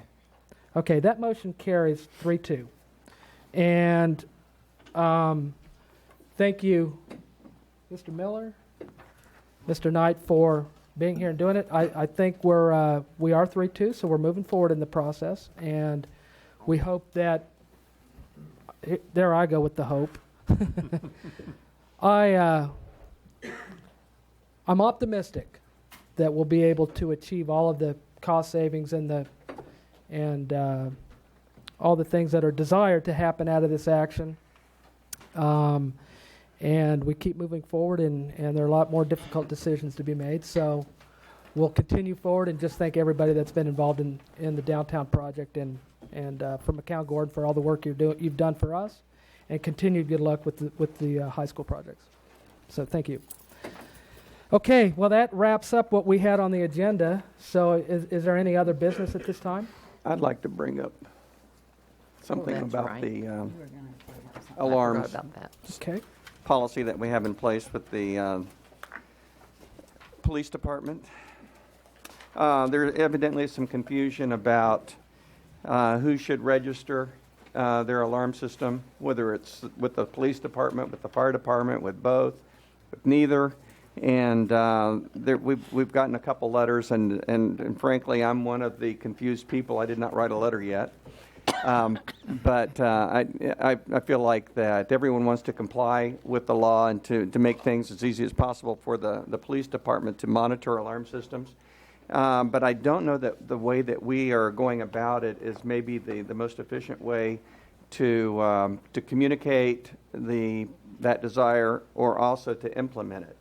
And so I was curious about maybe doing something to modify the way that we are going about registering alarm systems and burglar alarm systems. I guess it's only the businesses that are affected by the fire alarm system, and possibly to make it easy. The system that we have now, you have to re-register your system every year, I guess. And I would sometimes And pay $25. and pay $25 or whatever. But a lot of companies, when they, like credit card companies, say, please take a moment to review your data to make sure everything's up to date and all that sort of thing with an email. And that kind of thing is not something that's hard to comply with. But I think the way that we've got it listed here, if you have to go through the registration process every year and then ante up another $25, to me is not the most user-friendly way to get that accomplished. So I was going to propose that and I don't know how you even communicate this. I don't remember getting a letter from the city that we needed to register our burglar alarms by January 1. So I'm just hanging out there. Would that be easy to staff out? It depends what you want to do with it. From a communication perspective, there were utility bill inserts and information on the web page, and I think I don't know about radio. I'd have to go back and check. But I could get the communication plan. There were a lot of ways it went out, but we recognize it's a comprehensive change across the whole community. Where you're at this year is most folks have probably registered. And so we've collected those dollars. I would say if you would like to eliminate the registration fee, particularly if it's a repeat, then the consideration should be for 2017 and beyond. unless maybe there's a change or something. But I think the best thing to do would be to ask staff to go ahead and bring this back as a discussion item on your agenda. That way we can bring the police department back in and the folks they've talked to, which can answer your questions better than I can on specifics and what the impact might be. But you have plenty of time to do that if your target is 2017. Okay. Yeah. Does that sound like? That sounds great. Sounds reasonable. Okay, appreciate yeah, it. because I mean, I think it'd be important to see and helpful to see, are these 3 or 4 instances outliers? Or are they, are we? Did we do a pretty good job, or did, I don't know if we'll 5 know. people register and 4 people didn't? Yeah, I don't know that we'll know until we get far enough in that we have a certain amount of false alarms, hopefully much fewer than in prior years, but until we have enough of them that we go and we say, oh, we're going to your house, but you didn't register, and we have, whatever the percentage that didn't register would tell us if we did a decent job of getting it out. But I mean, as far as a number that register, because we have no idea how many are out there to begin with. No, and I'll be honest with you, the security companies are the best. They were the best marketers for this because they were out on top, out in front of it ahead of time, talking with their clients who folks with alarms contract with to say, hey, by the way, the city has new rules and blah, blah, blah. And so those are pretty good. So we really don't know, but I would say we can sure bring it back and kind of get a better feel for what you'd like to look at with it and have a discussion. And then we have plenty of time to make changes if you want to. Okay. Well, I think there's probably a fair number. If 2 commissioners didn't see their notice and register their systems, I'm guessing that there's some other folks out there who would have done it if we were known we were supposed to do it, but without a real reminder to do it. It's not high on the priority list of things I was looking to do December 31st. Or you may want to look at extending the grace period. I'm assuming the only difference between registering December 31st and January 1st was there was a grace period effective Yeah, I think December. I need to look. I believe the grace period, I need to look. I think you're past your grace period already, and so many people probably have paid, but we can check and see, but I'm pretty sure. Well, next, and so we're good on that.